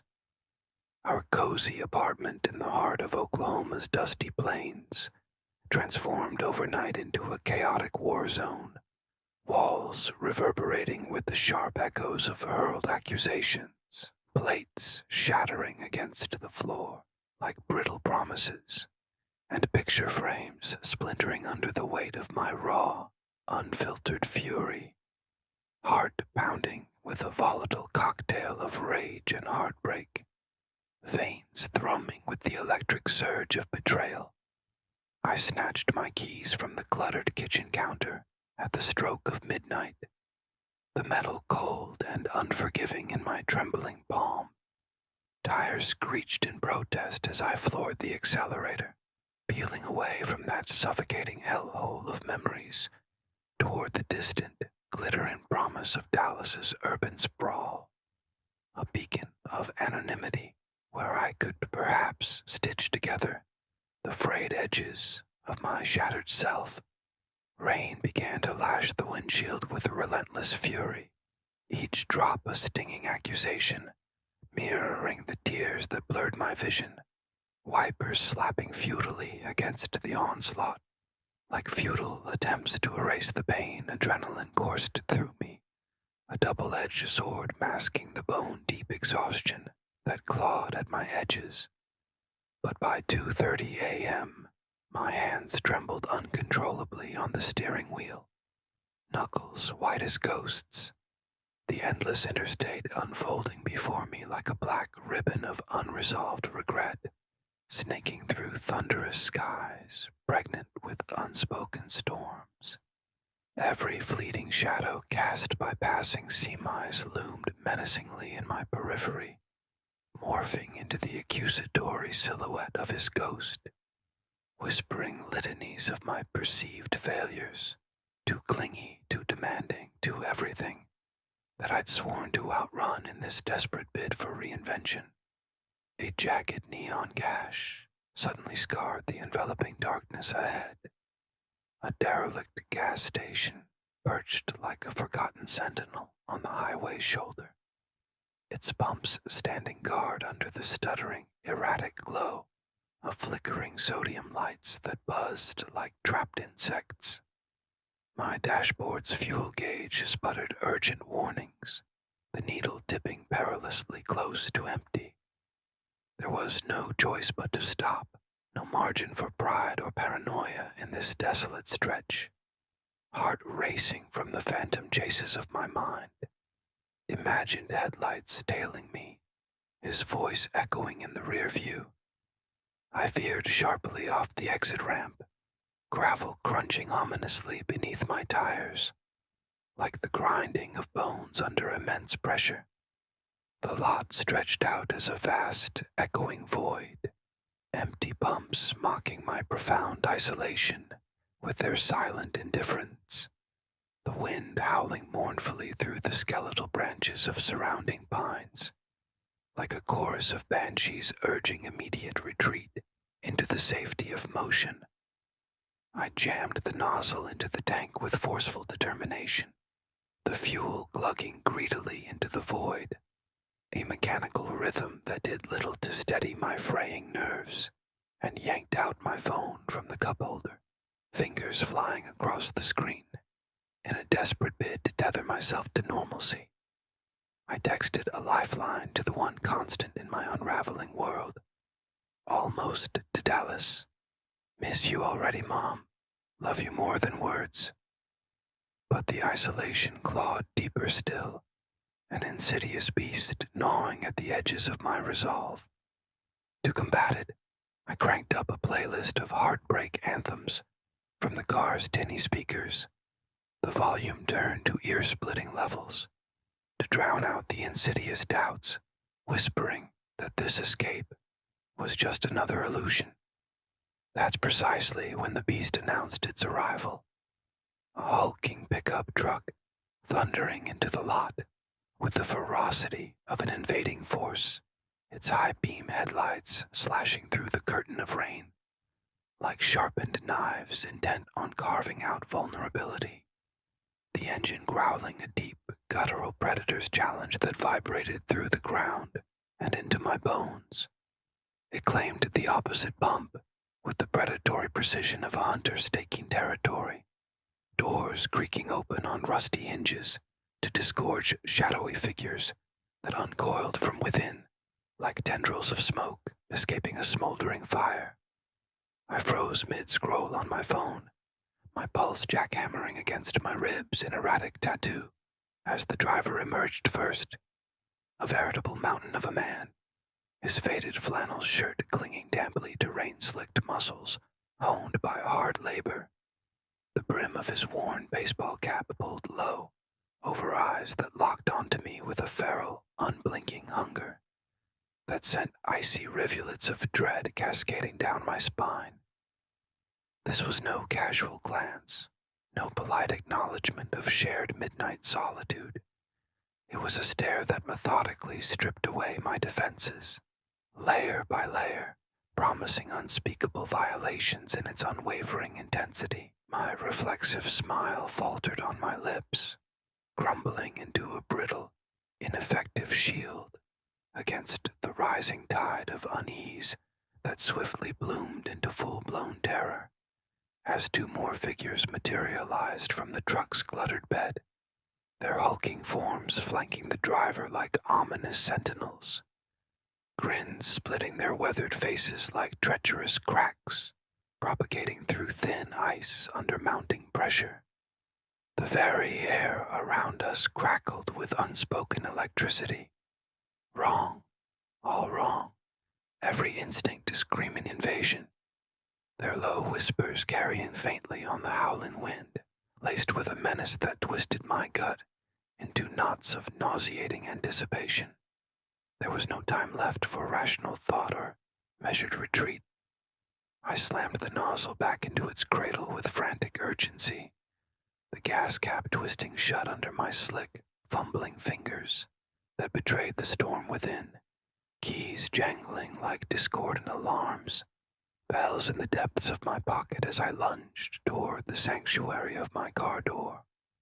But they moved with the swift, coordinated inevitability of lightning striking dry tinder, inescapable, elemental. A calloused hand clamped down on my wrist like a manacle forged in hell as I grasped the handle. I unleashed a scream that ripped from the primal depths of my soul, raw and piercing, kicking wildly at shins that yielded not an inch, unyielding as forged iron under assault. Get off me! Somebody help, please, God, help! Chaos erupted in a whirlwind of visceral violence, my nails raking desperately across exposed flesh, drawing rivulets of blood that mingled with the relentless rain in dark, accusing streaks. But what had been 3 shadows swelled to 4 in a horrifying swarm, overwhelming my frantic flails with the sheer, brute numerical superiority. One burly assailant pinned my arms behind my back with crushing force, his breath hot and fouled with the stench of cheap whiskey assaulting my ear as he growled low and menacing. Quiet down, darling. Make this easy on yourself. While another hoisted my thrashing legs off the ground, my skirt hiking up involuntarily in the futile struggle, exposing vulnerabilities I fought to conceal. Bruises bloomed instantaneously across my skin, like dark flowers unfurling in fire-lit veins, a burning testament to their dominance, as they bundled me bodily toward the yawning, black maw of the truck's open rear door. I was thrown unceremoniously across their laps in the cramped confines of the back seat, the torn vinyl upholstery biting into my skin through the thin barrier of my damp clothes, every jolt eliciting fresh waves of tears that soaked my collar. I bucked and twisted like a wild, cornered animal, sobs choking the screams that tore from my throat in ragged bursts. But their collective weight anchored me immovably, thighs like unyielding anvils pressing down, hands roaming with the entitled greed of conquerors claiming spoils. Keep fighting all you want, sweetheart. It only turns us on more. One of them leered through tobacco-stained teeth, his laughter bubbling up venomous and infectious among the group, a toxic chorus that amplified my horror. Desperation birthed a savage resolve within me. I scratched deep into the nearest arm, epidermis parting under my nails in ragged furrows, vowing silently to the indifferent night, leave your DNA here, let it damn you in the light of day. The truck's engine roared brutally to life, headlights carving treacherous tunnels through the enveloping storm. My abandoned SUV receding in the rain-streaked rearview mirror, like a discarded husk of my former life, left vulnerable and alone. Bumps and ruts jarred my bones mercilessly on the twisting back roads they veered onto, minutes stretching into agonizing eternities, punctuated by their mutterings. A guttural symphony of crude anticipation that hung heavy in the cab like a shroud. The motel materialized abruptly from the gloom, a sagging, decrepit beast hunkered off the grid like a predator in wait, its vacancy sign flickering erratically like the dying pulse of some forgotten heart. The rain hammered down in sheets as they dragged me across the sharp gravel lot that shredded the soles of my bare feet, shoes lost in the scuffle, my cries swallowed whole by the thunder's indifferent rumble. Room 7 loomed, door splintered at the edges from past abuses. They shoved me inside to the sallow, jaundiced light of a single bare bulb, revealing a tableau of abject squalor. beer cans piled in precarious avalanches on every available surface, fast food wrappers feral and scattered underfoot, like debris from a raid, the air thick and cloying with the rot of prolonged unholy siege. The eldest among them, a scar-lipped tyrant with eyes like chipped flint, backhanded me viciously across the face to the sagging mattress. Coppery blood bloomed hot on my tongue, stars exploding in a kaleidoscope behind my eyelids, as pain radiated. Scream all you want, that just equals more pain coming your way, he snarled, his fists clenching with the promise of further brutality, veins bulging like rivers of wrath. They bound me then with ruthless efficiency, a thick leather belt cinching my wrists behind my back until circulation throbbed in protest, paracord biting deep into my ankles with knots of amateur savagery that chafed skin raw. Panic swirled in a disorienting vortex around me. Please, God, I'll vanish into thin air. I swear on my life and everything holy. No one will ever know, I promise. My pleas dissolved into heaving sobs as fragments of Spanish hissed venomously among them. Mira esa lucha en sus ojos. La vamos a romper como a una muñeca. Each syllable a fragment fueling the bonfire of my dread. The room's pervasive fetor amplified my crushing isolation. Days, perhaps weeks, of unchecked debauchery etched indelibly into the very stains on the walls and sheets. The TV droning endless infomercials in the corner, like an ironic, mocking escape hatch, forever out of reach. Hell itself descended in measured rotations of unspeakable violation, pain unfolding as a discordant symphony that eroded the foundations of my very self, dissociation becoming my only frail raft, adrift on seas of agony, floating detached above the fray, cataloging in numb detail the chipped paint secrets of the headboard, the relentless tattoo of rain against the thin window pane, like fingers drumming impatience. Time fractured into shards until a guttural growl pierced the haze. Beer's all gone. Time to refill the arsenal, boys. Debate crackled sharply in the fetid air. The runt of the litter, 25-ish with eyes darting like those of cornered feral rats, drew the unlucky straw for guard duty. Heavy boots thudded in unison toward the exit, the door slamming with grim finality that reverberated through my bones, leaving us cocooned in a pressurized hush, thick with unspoken threats. He paced the narrow confines like a caged beast, his Zippo lighter flicking open and shut in rhythmic betrayal of his fraying nerves, his avoidance of my gaze a glaring tell of his own unease. A spark of calculated opportunity ignited in the recesses of my mind. Bathroom, right now, or I'll soil your entire hellhole and make this unbearable for you too. Reluctance warred visibly across his features, a crack in the facade. Finally, he knelt with grudging compliance, the blade of his pocket knife sawing through the bonds with clumsy haste, his fingers brushing my skin and sending waves of visceral revulsion crashing over me. Ankles freed first, then wrists loosed in turn. He turned momentarily to double-check the window locks with paranoid fervor. In that split-second hesitation, I exploded into motion, vaulting from the bed like a coiled spring unleashed, yanking the door wide with every ounce of remaining strength. The storm's cold slap a euphoric kiss of freedom against my fevered skin. His desperate grab snagged at my arm. You bitch, get back here. But I twisted free with a savage wrench, slick with a lethal mixture of sweat and rain, bolting headlong into the maelstrom of the night.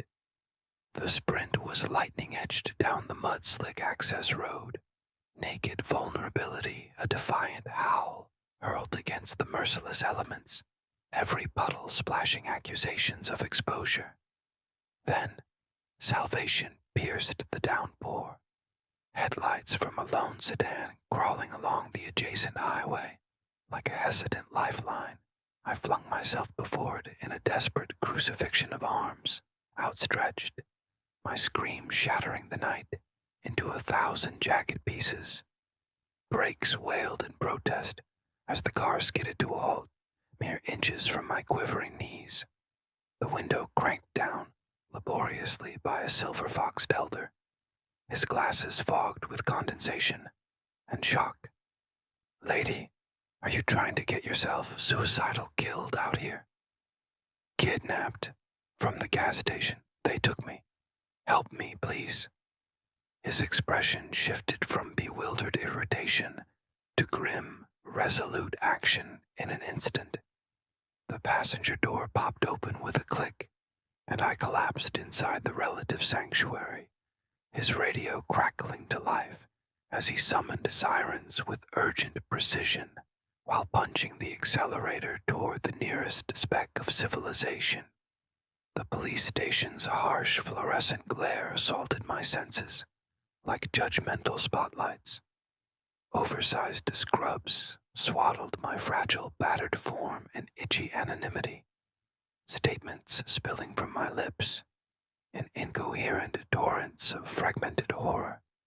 "We need to get you to the hospital for the full evidence collection," the officers urged with professional detachment, the cold ritual of the rape kit looming like an unwelcome specter on the horizon. But in that moment of raw vulnerability, my deepest craving was not procedure, but the soothing timbre of Mom's voice over the wire, a balm to cauterize the wounds no swab could touch. The raid on the motel was swift and surgical. 5 brothers hauled out in handcuffs that bit as deep as their sins, their alibis of wasted blackout drunk crumbling to dust under the irrefutable testimony of the Scratch's crimson map, life sentences stacked like indictments of the soul, aggravated assault, kidnapping, and the indelible bartering of innocence. My westward flight carried me to the fog-shrouded arms of Seattle, where therapy sessions unspooled the tangled nightmares of lapse, crushing down, breaths mingling in unwilling intimacy. No more solo stops at night pumps, phone forever holstered away in crowded throngs, my scans of surroundings eternal and unyielding. My partner often deems it excessive paranoia, a shadow too long. I counter that it's forged steel, tempered in the crucible. That fateful storm didn't birth weakness in me, but a wildfire of resilience. Self-defense dojo's now my sacred altar, my voice an amplifier for the silenced screams of others who walk similar shadowed paths. Run from the darkness, never again. Now I chase the shadows myself, unyielding and unafraid. You ever worked the graveyard shift at a 24-hour gas station off an empty Midwest highway and felt the night watching you back? That was me and Jake, summer of 2023, in a nowhere town outside Tulsa, where the only thing open past midnight was sin and bad decisions. The first time the black Charger rolled through, it was 12:27 a.m. slow, too slow, like the driver was reading every sticker on our windows, tinted windows so dark I couldn't even catch a silhouette. It circled the pumps once and vanished down the county road. Jake laughed it off, probably some kids looking for beer money. I didn't laugh. Something about it sat wrong in my gut. It came back at 12:59. Same crawl, same blackout windows. Then again at 1:43. By the third lap I was timing it on the security monitor, heart hammering every time those headlights cut across the lot. Jake finally noticed me frozen at the counter. "Dude, chill, it's just a car." But it wasn't just a car. 2:08 a.m. the front doors exploded open so hard the bell ripped off its chain. 2 guys in ski masks and black hoodies stormed in. One had a sawed-off shotgun. the other a crowbar that glinted under the fluorescence like it was smiling. Open the safe, or we paint this place with you. Shotgun buck. My hands shook so bad I dropped the keys twice. Jake came out from the back wiping grease off his fingers, saw what was happening, and went ghost white. Hey, easy man, take whatever you want, just don't hurt him. That was Jake, always trying to protect me even though I was older by 2 years. They zip-tied our wrists, marched us to the office, and started kicking the filing cabinets looking for the drop safe we didn't have. Every "there's no more money" we gave them earned another boot to the ribs. I tasted blood. Jake took most of the hits shielding me. When they realized we really were broke, just $412 in the drawer from a dead night, the guy with the crowbar lost it. He grabbed Jake by the throat and slammed him against the walk-in beer cooler, the big steel one in the back. Last chance, heroes. Jake looked at me. I'll never forget his eyes, calm, like he'd already made peace with what came next. Then he did the bravest thing I've ever seen.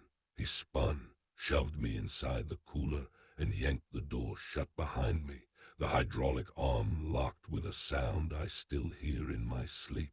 "Jake, no!" I screamed, pounding on the inch-thick steel. Through the tiny diamond window I watched everything. They beat him with the crowbar first, once across the back, once to the knees. He dropped but kept crawling, dragging himself back to the door, pressing his body against it so they couldn't pull it open.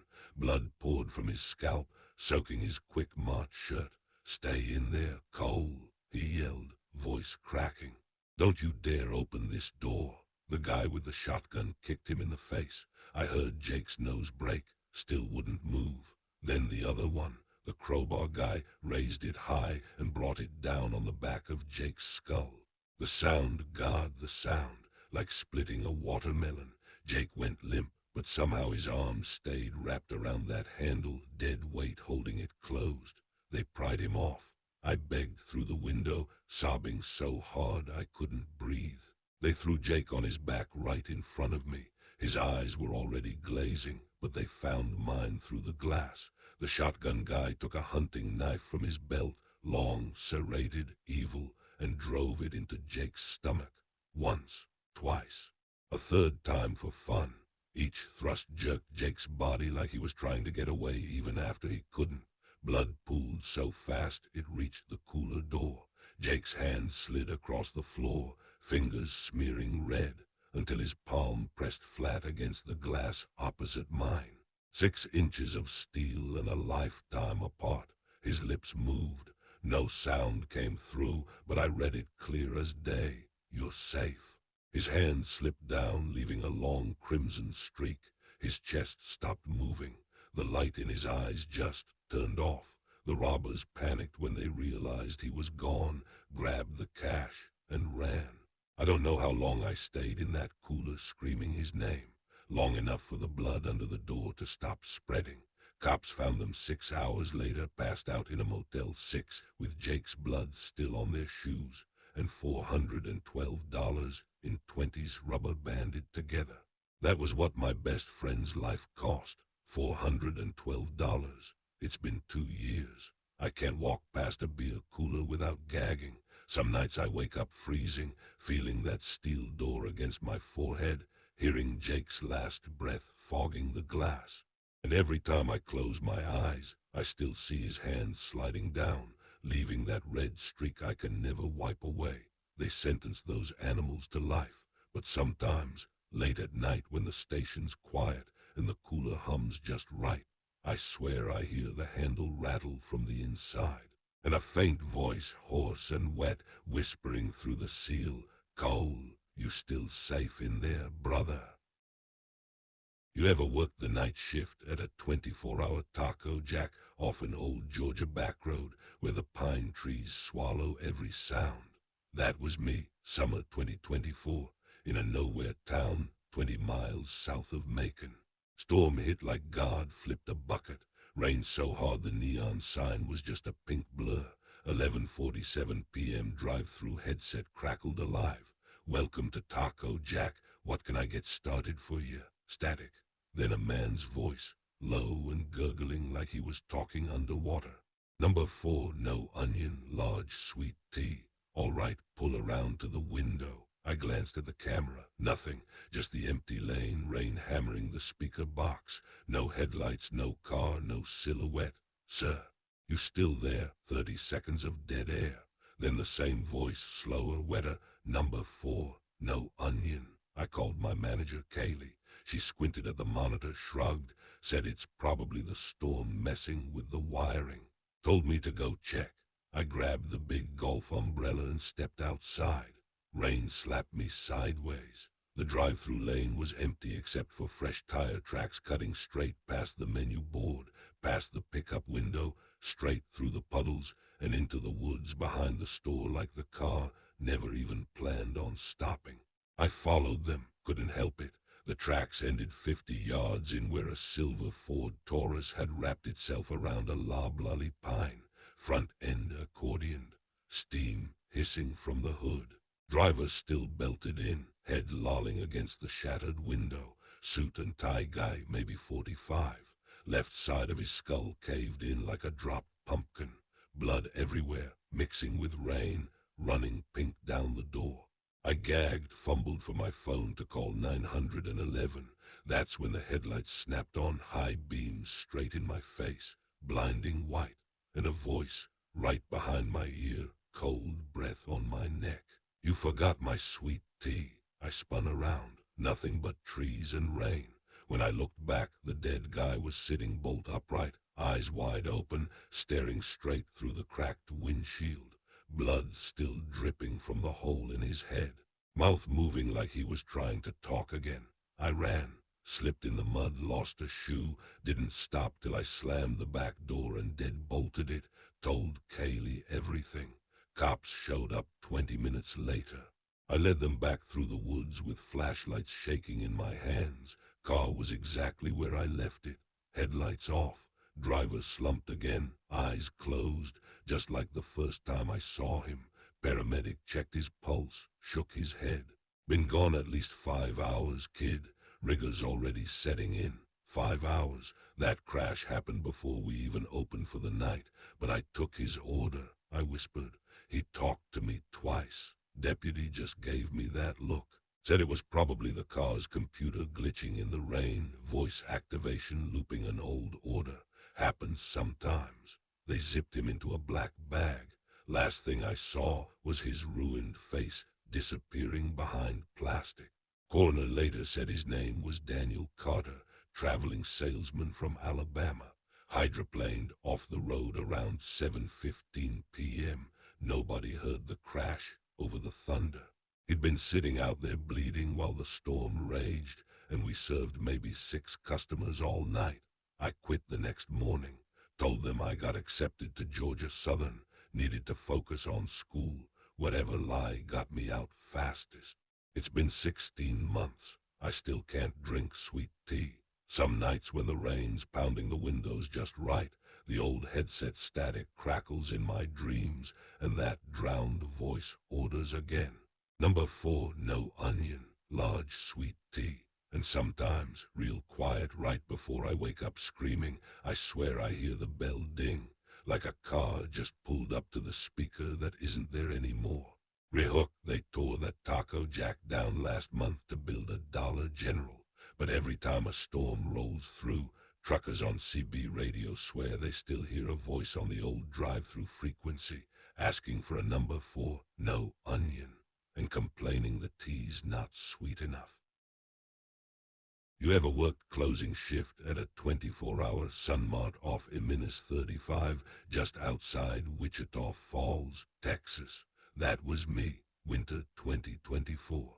Friday night, rain hammering the roof so hard it sounded like bullets. Me and my coworker Jess were the only 2 souls dumb enough to be there at 11:42 p.m., wiping tables and praying the clock would move faster. That's when he walked in, soaked to the bone, black hoodie dripping on the mat, but what froze my blood was the thing in his hands, a handmade rag doll, maybe 14 inches tall, wearing a tiny Sunmart polo shirt the exact shade of ours. Yarn hair the same dirty blonde as mine, tied back in the same messy ponytail I always wore to work. He just stood there under the buzzing lights, pale eyes locked on me, unblinking. I forced the customer service smile. "Evening, sir. What can I get you?" He didn't order. He smiled like he'd been waiting his whole life for this moment and whispered, "You're even prettier up close, Riley." My name tag said Riley. But the way he said it, like he'd practiced it in the dark 1,000 times. Jess looked up from mopping. "Dude, you buying something or just creeping?" He ignored her, took one squelching step closer, and held the doll up so I could see its face. Button eyes the exact hazel as mine, 3 tiny freckles stitched across the cloth nose. Around its neck, a little paper tag in red marker. "Riley." "I made her myself," he said, voice cracking with pride. "Took 4 months to get every detail right. The way you bite your lip when you're nervous, I even got that." My stomach dropped through the floor. Jess whispered Riley called Derek, but he heard her. His smile vanished. "Derek can't help you tonight, sweetheart." He reached into his hoodie pocket and pulled out a hunting knife, 8-inch blade catching every fluorescent light in the place. Then he pressed the tip right into the doll's stomach. "I've been watching you from the apartment across the street," he said, almost gentle. "3rd floor, corner unit. You leave your blinds open when you change for bed. You really should stop that." I couldn't breathe. He pushed the knife in slow. The fabric split with a wet rip. It wasn't stuffed with cotton. It was packed with raw liver, blood-soaked sponges, and tubes of stage blood. When he dragged the blade upward, thick red gushed out over his hands and splattered across the freshly mopped floor. Chunks of meat hit the tile with wet slaps. The smell, copper and rot, punched me in the face. "See how easy you break," he laughed, stabbing again and again. Each thrust made the doll jerk like it was alive, blood spraying in arcs. Jess screamed and bolted for the kitchen. He didn't even look at her. He grabbed the doll by the yarn hair and sawed the head off. More blood poured down his arms. He lifted the severed head to his lips and kissed the button eyes. "My Riley," he whispered, like a prayer. That's when Derek burst through the swinging doors with a baseball bat, froze when he saw the scene. The guy turned, knife dripping, doll head in one hand, and smiled at the red and blue lights suddenly strobing through the rain-streaked windows. "They're gonna try and take you from me," he said, backing toward the exit. "But walls don't stop love, Riley. I waited 6 months. I can wait forever." Cops tackled him in the parking lot. He didn't fight, just kept clutching that bloody doll head to his chest, rocking it like a baby, repeating my name over and over while they cuffed him. Turns out his name was Caleb Morrow. Diagnosed schizophrenic, off his meds, living in the abandoned apartments across the street for months. Had photos of me pinned all over his walls, hundreds of them, some taken through my bedroom window with a telephoto lens. That was 11 months ago. I moved 3 states away. New name on the lease, new number, hair dyed black. Day shifts only at a quiet little library now, but some nights I still wake up at 3:17 a.m. exactly, heart pounding, convinced I hear soft footsteps on the fire escape. Sometimes I find tiny scraps of red fabric tucked under my windshield wiper in the morning, and every time it rains, I swear I smell raw liver and hear that wet, loving whisper outside my window. "Found you again, Riley. I'm real good at waiting." They say he's locked up in max security psych, straight-jacketed, medicated to the gills. But last week someone mailed me a brand new doll. Same hazel button eyes.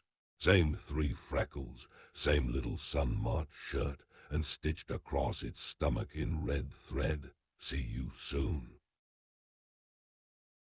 My little brother Jack never spoke full sentences until the night he stared at an empty rainy street and laughed. "He's waving at me." 10 minutes later, he carried an extra dinner plate to the table and said, "William's starving."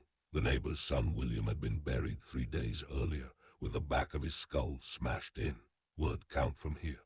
Exactly 800. I was 15. Jack was 11. Dad disappeared years ago. Mom cleaned offices at night, so the house belonged to us after 9 p.m. That Thursday the air smelled like metal before the storm. I was eating cereal on the couch when screams ripped through the walls next door. I ran outside barefoot. Red-blue lights painted the rain. Cops shouted. A stretcher rolled out carrying a black bag that was way too small for an adult. Behind it, Mr. Harlan, our drunk neighbor, was holding his bleeding head, crying that a masked robber did this. Everyone believed him. Everyone felt sorry. 4 nights later, Jack started giggling at the living room window. First sound he'd made in months. I asked, "What's so funny?" He pointed into the dark street. William's doing cartwheels. Nothing was there except puddles and lightning. Dinner time. Mom was exhausted.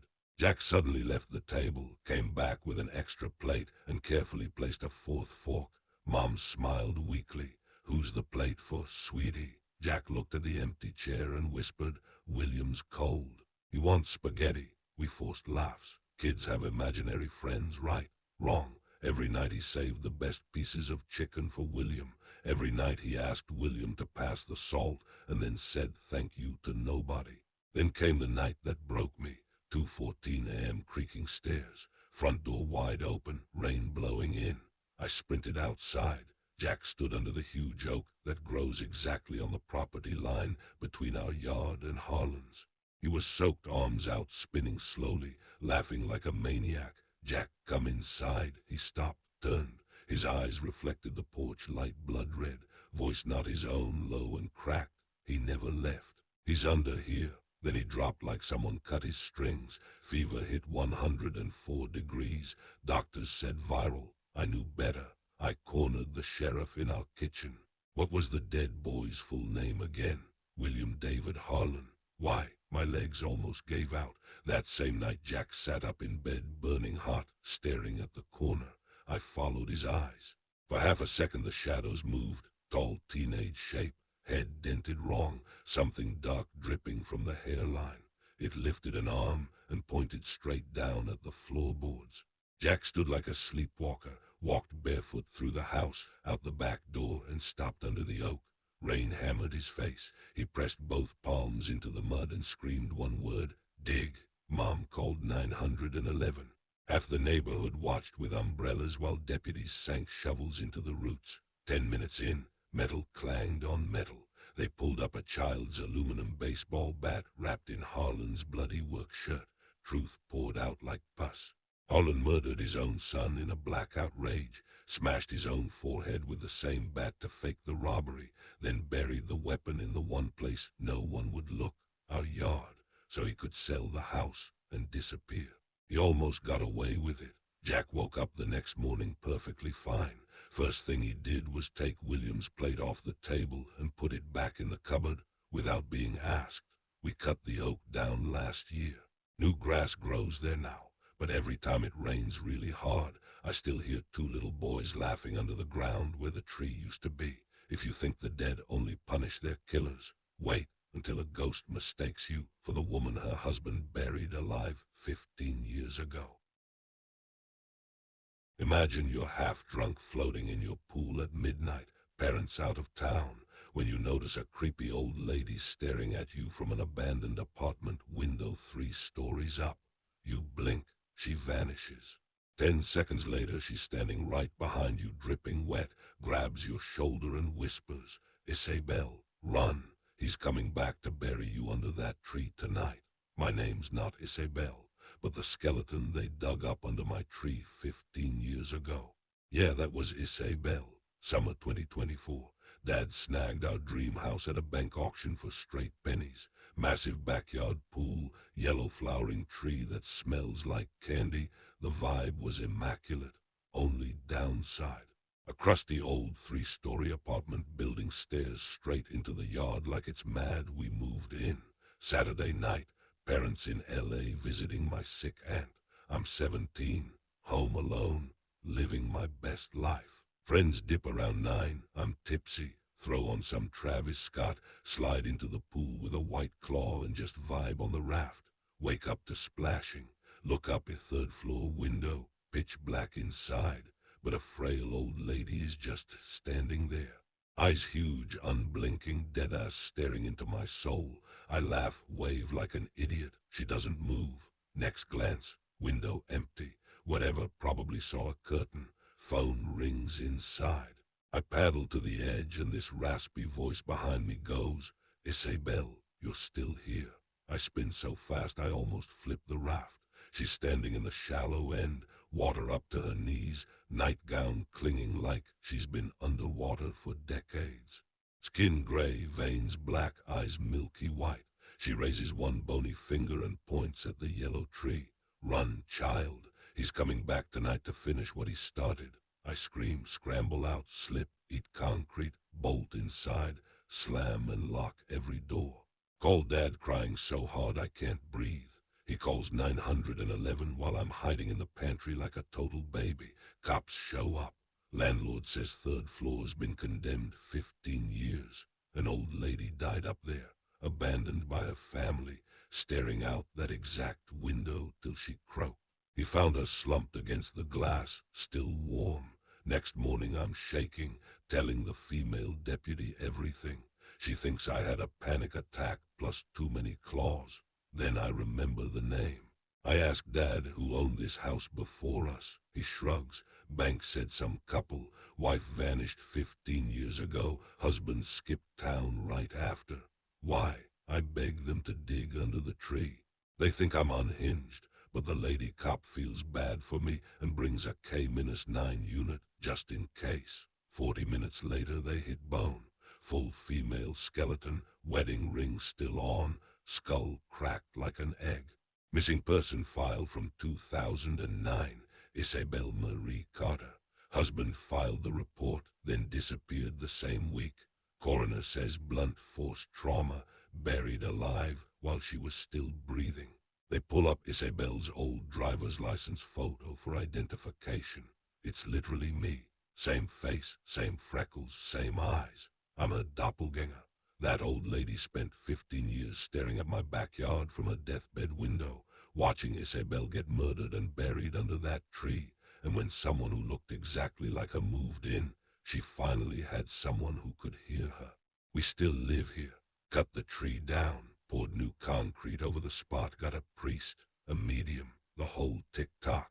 But every July when those yellow flowers would have bloomed, the pool water turns freezing cold and smells like wet dirt, even when it's 105 degrees outside. And sometimes, when I'm swimming alone at night, I feel ice-cold fingers brush my ankle under the water, and a whisper that sounds almost relieved. Thank you for bringing me home, Isabel. If you think ghosts only come for the people who look like they're killers, wait till you hear why my neighbor's dog refused to leave my house the night its owner came back to silence the only witness to his wife's murder. Next video drops in 5 seconds. Don't pause, don't blink, and whatever you do, don't let the dog out. 2020 lockdown. Thunderstorm kills the power. Neighbor pounds on my door. My wife's sick. Please watch my dog while I get medicine. The second he tries to hand me the leash, the dog lunges and nearly rips his hand off. 10 minutes later, I watch that same man and his side chick drag his wife's freshly slit-throat body across the bedroom floor, and the dog knew the whole time. I'm 26, graphic designer, living alone in a quiet cul-de-sac because my boyfriend and I were supposed to move in together until the world shut down. Next door, a couple who fought so loud the walls shook. Every night she screamed, he roared, doors slammed. Everyone heard it. Nobody did anything. That Saturday the sky turned green. Thunder so loud it rattled my teeth. Weirdly, the neighbors were dead silent all day. Then bang, bang, bang on my door. I open it a crack. The husband is soaked, shaking, eyes wild. Please, my wife's really sick. I need to get medicine. Can you watch Brutus for 20 minutes? I can't leave him alone with her. Brutus is their huge German shepherd, sweetest dog ever, until tonight. The second his owner tries to pass the leash, Brutus snarls and snaps at the man's wrist like he wants to kill him. I take the leash anyway. Brutus practically drags me inside my house and sits facing the door, growling low the entire time. Power's out. Lightning is the only light. My bedroom window faces their bedroom window, 10 feet apart. In the flashes, I see someone lying on their bed, completely still. I feed Brutus, try to work, but he won't stop growling at the front door. Around 10:30, the power snaps back on. Their bedroom lights up like a crime scene. The husband is back, but he's not alone. A woman I've never seen before is helping him carry a third person by the arms and legs. The third person is his wife, throat opened ear to ear, blood already dark and thick, dead for hours. Brutus goes insane, barking so hard the windows shake. The husband locks eyes with me across the gap. His face changes. He knows I know. 30 seconds later, he's pounding on my door again. Ma'am, open up.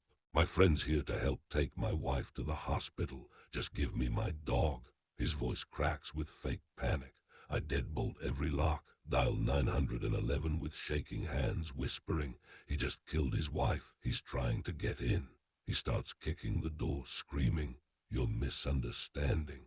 Open the damn door or you're next. Car tires screech. I peek. He and the girlfriend jump in his truck and disappear into the storm. Cops arrive in 4 minutes. They find her exactly where I saw her, stone cold, throat cut, while the husband was supposedly getting medicine.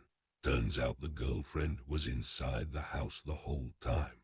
They killed the wife hours earlier, wrapped her in sheets, and were waiting till midnight to move the body when fewer people would be looking out windows during lockdown. His genius plan. Use me as the perfect alibi. I was at the neighbor's getting medicine, ask her.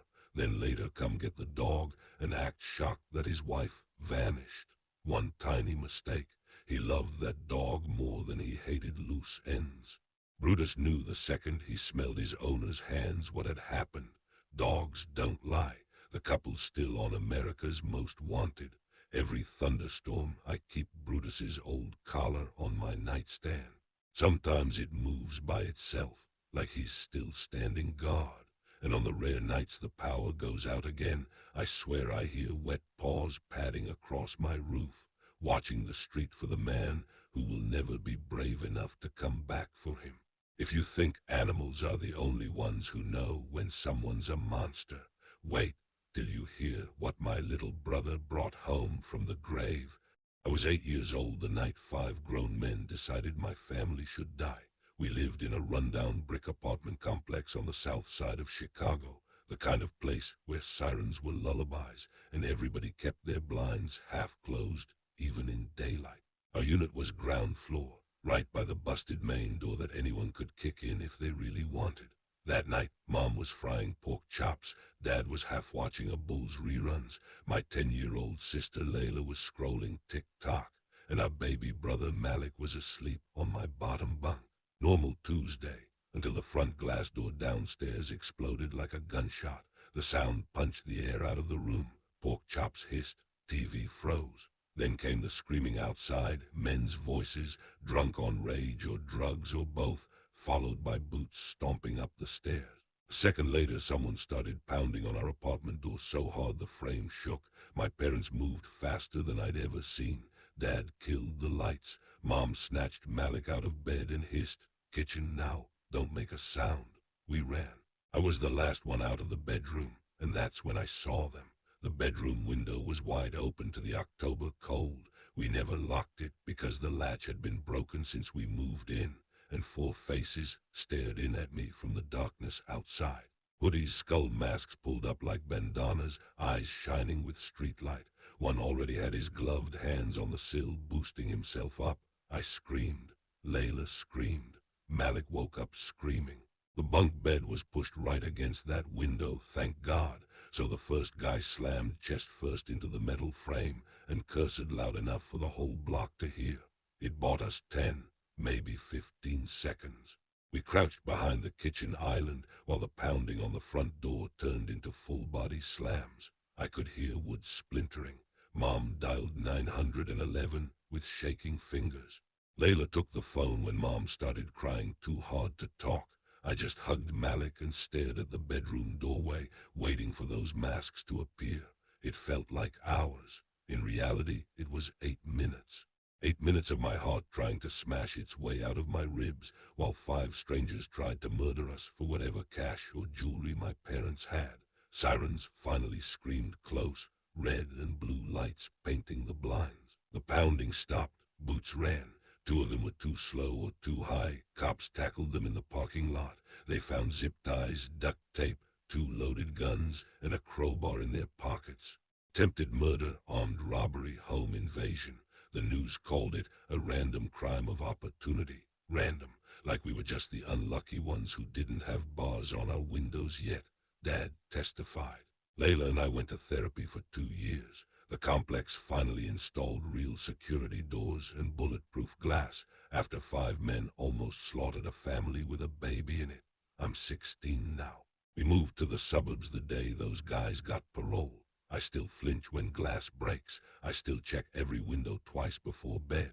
And sometimes, when the house is quiet and the wind rattles the panes, I swear I hear gloved fingers scraping the sill again, looking for the little girl who got away. But here's the part nobody knows, not even my therapist. 3 weeks ago, I got an Instagram follow request from an account with no posts and a profile picture of a black skull mask. The username, Window5ive. He's out. And he remembers which window was mine. To be continued. You tell me if you want story 2, or if I should keep going with Aya's nightmare. I was 15 the night I learned that some predators don't need darkness. They just need an empty train car and a girl who's too tired to run.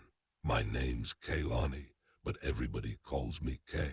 I tutor rich kids in Calabasas so I can help my mom pay rent on a 1-bedroom in South Central Los Angeles. The tutoring center closes at 9 on normal days, but senior year AP crunch meant I was pulling midnight shift.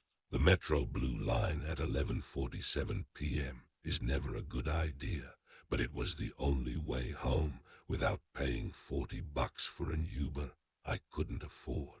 That night the platform at Imperial/Wilmington was almost deserted. Just rain hissing on the overhead wires and one homeless guy asleep under cardboard. I stood under the flickering light, earbuds in but no music, scrolling Instagram so I wouldn't look scared. Then I heard them. 5 guys, maybe 17 or 18, rolled down the far stairs like they owned the station. Black hoodies, silver chains catching the light. The kind of walk that says I dare you to look at me wrong. One had a Bluetooth speaker already thumping drill music, lyrics about putting bodies in trunks. They saw me instantly. I felt it like cold fingers on the back of my neck. I pretended I didn't notice, eyes glued to my phone. But I could feel the stairs burning holes. One of them laughed, low and mean, and said something I couldn't catch. Then the whispers started. The train screeched in, half the lights inside dead. I picked the front car, closest to the driver, the one every girl learns is safest. I stepped on, heart hammering, praying they'd stay on the platform. They didn't. Every single one of them followed me into the same car. Doors closed. Train lurched forward into the tunnel. Just me, 5 wolves, and a driver locked behind bulletproof glass who probably couldn't hear a thing over the engine. They spread out, taking up space like they were posing for an album cover. The speaker got louder.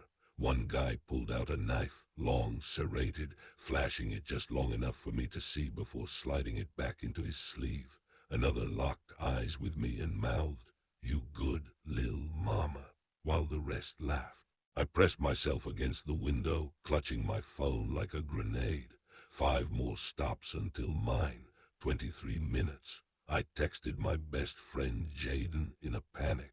They followed me on the train. 5 guys knife help. He wrote back instantly. "Take a pic. Send it to me. I'll call transit police." My hands shook so bad I could barely hold the phone steady. I pretended to check my hair in the reflection, angled the camera, and snapped one quick photo. The shutter sound. I forgot to silence it. The click echoed like a gunshot. Every head snapped toward me. The music cut off. The one with the knife stood up slow, smiling like Christmas came early. "You talkin' pictures, shorty?" I shoved the phone in my pocket. No, sorry, He took a step. The others fanned out, blocking both exits of the car. The train rocked side to side, lights flickering. Knife guy tilted his head. Delete it.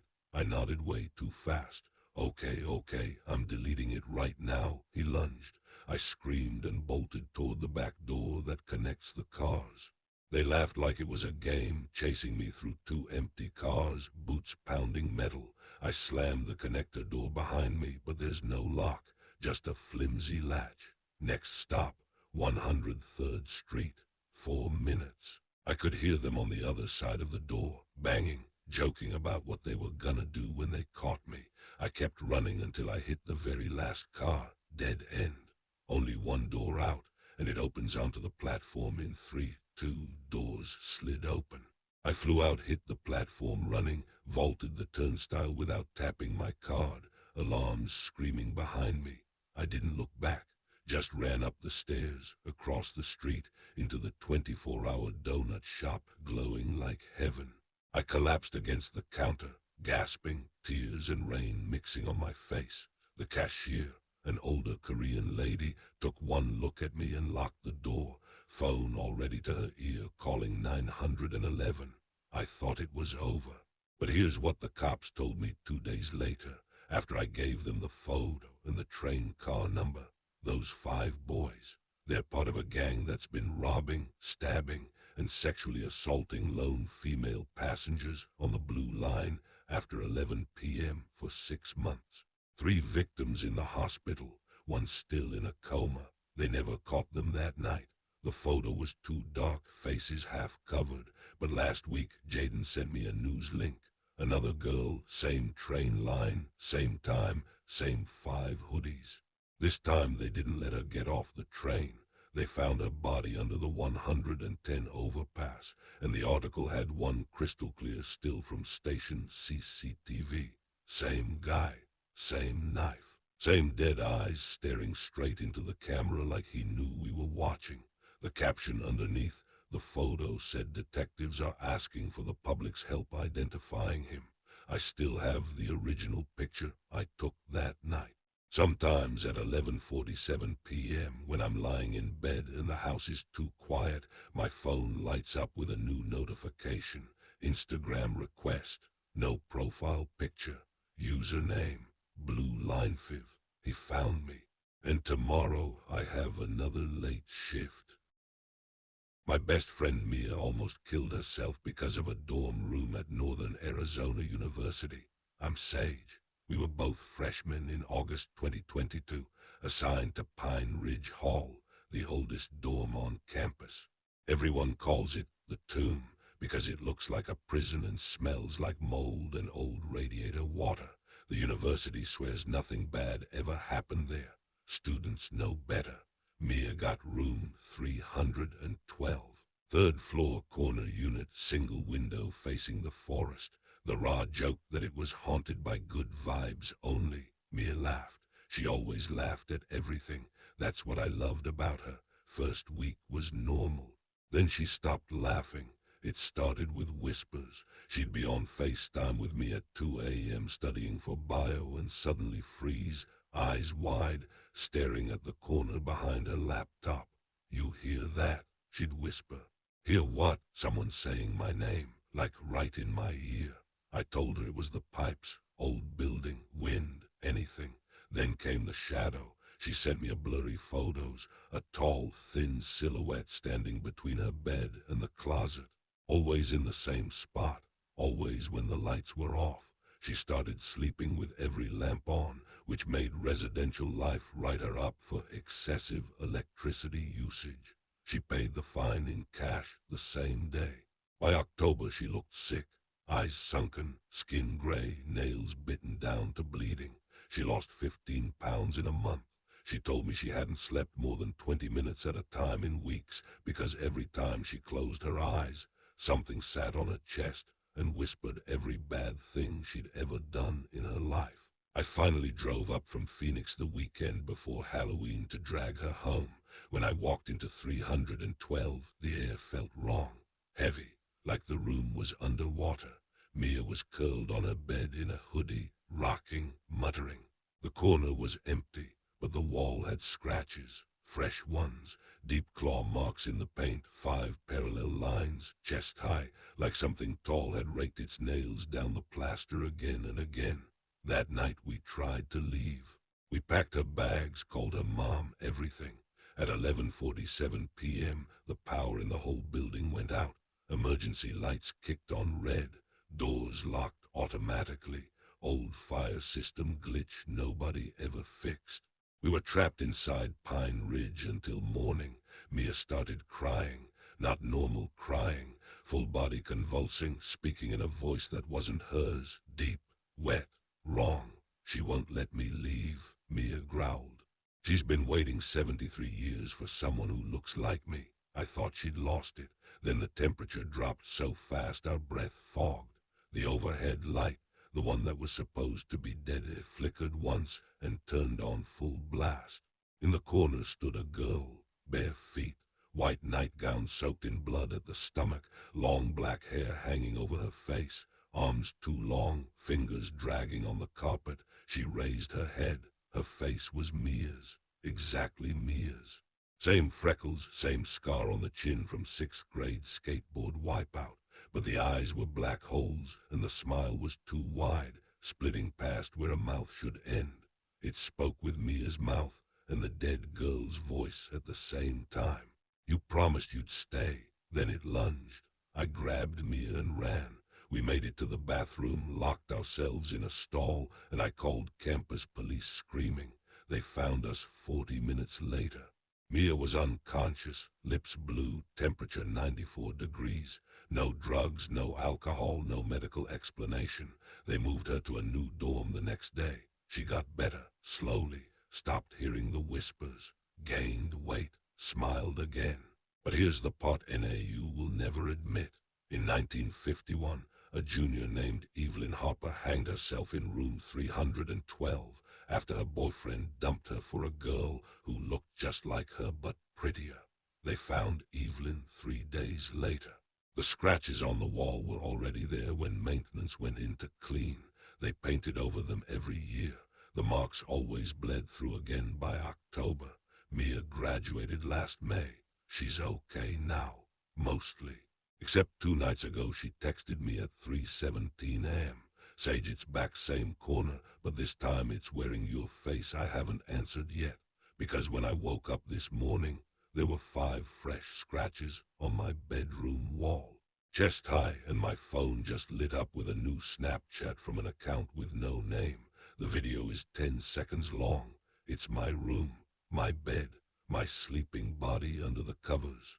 Standing in the corner staring at the camera with my own smiling face but black, empty eyes is me. The caption says, "Your turn to keep the promise."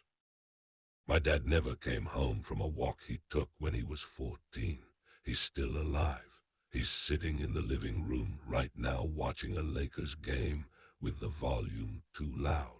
But the boy who left the house that night in 1987 never made it back inside the same skin. This is the story he only told me once, the night I turned 14 myself. He made me swear on my life I'd never repeat it exactly, because some things need witnesses. San Juan County, Utah, 1987. Tiny town outside Bluff. Population barely 300, mostly Navajo and Mormon. No streetlights past the gas station. After dark the desert swallows everything. Dad, his name's Tommy, and his 2 buddies, Ray and Darren, had just watched Return of the Living Dead on a bootleg Betamax at Ray's cousin's trailer. Movie let out around 8:15 p.m. They had a 20-minute walk home along Old Highway 666. Yeah, the actual road the feds renamed 491. Because too many people kept dying on it. Halfway home the boys split. Ray peeled off toward the river, Darren toward the sheep camp. Dad kept walking alone on the shoulder, moon fat and orange, coyotes yipping somewhere far off. That's when he saw the old man. He was standing under the only working streetlight on that stretch ever had, right where the asphalt cracks into red dirt. Navajo elder, maybe 70, silver hair in a traditional bun. wearing a faded purple velvet shirt and jeans so worn they were white at the knees. He looked lost or waiting. Dad was raised polite. His mom drilled it into him. You always check on elders after dark. So he crossed the road. Yati, shitchy, you okay? Need a ride or something? The old man didn't answer at first. Just stared with eyes so dark they looked wet. Then he smiled, no teeth, gums black, and said in perfect English with no accent, I'm waiting for my grandson. He's late. Dad relaxed a little. I can wait with you if you want. My house is just up the hill. The old man tilted his head like he was listening to something Dad couldn't hear. Then he nodded. They stood there maybe 5 minutes. Crickets, wind, nothing else. Dad glanced back down the highway. Empty. When he turned around again, the old man was 20 feet closer than he should have been, without taking a single step. Dad's stomach flipped. He muttered something about needing to get home for dinner and started walking fast. He didn't run yet. Running from elders is the worst kind of disrespect. But every time he looked over his shoulder, the old man was closer. Same calm pace, same soft smile, but covering distance like the road was shrinking under his feet. Dad started jogging. The old man matched him. Dad broke into a full sprint.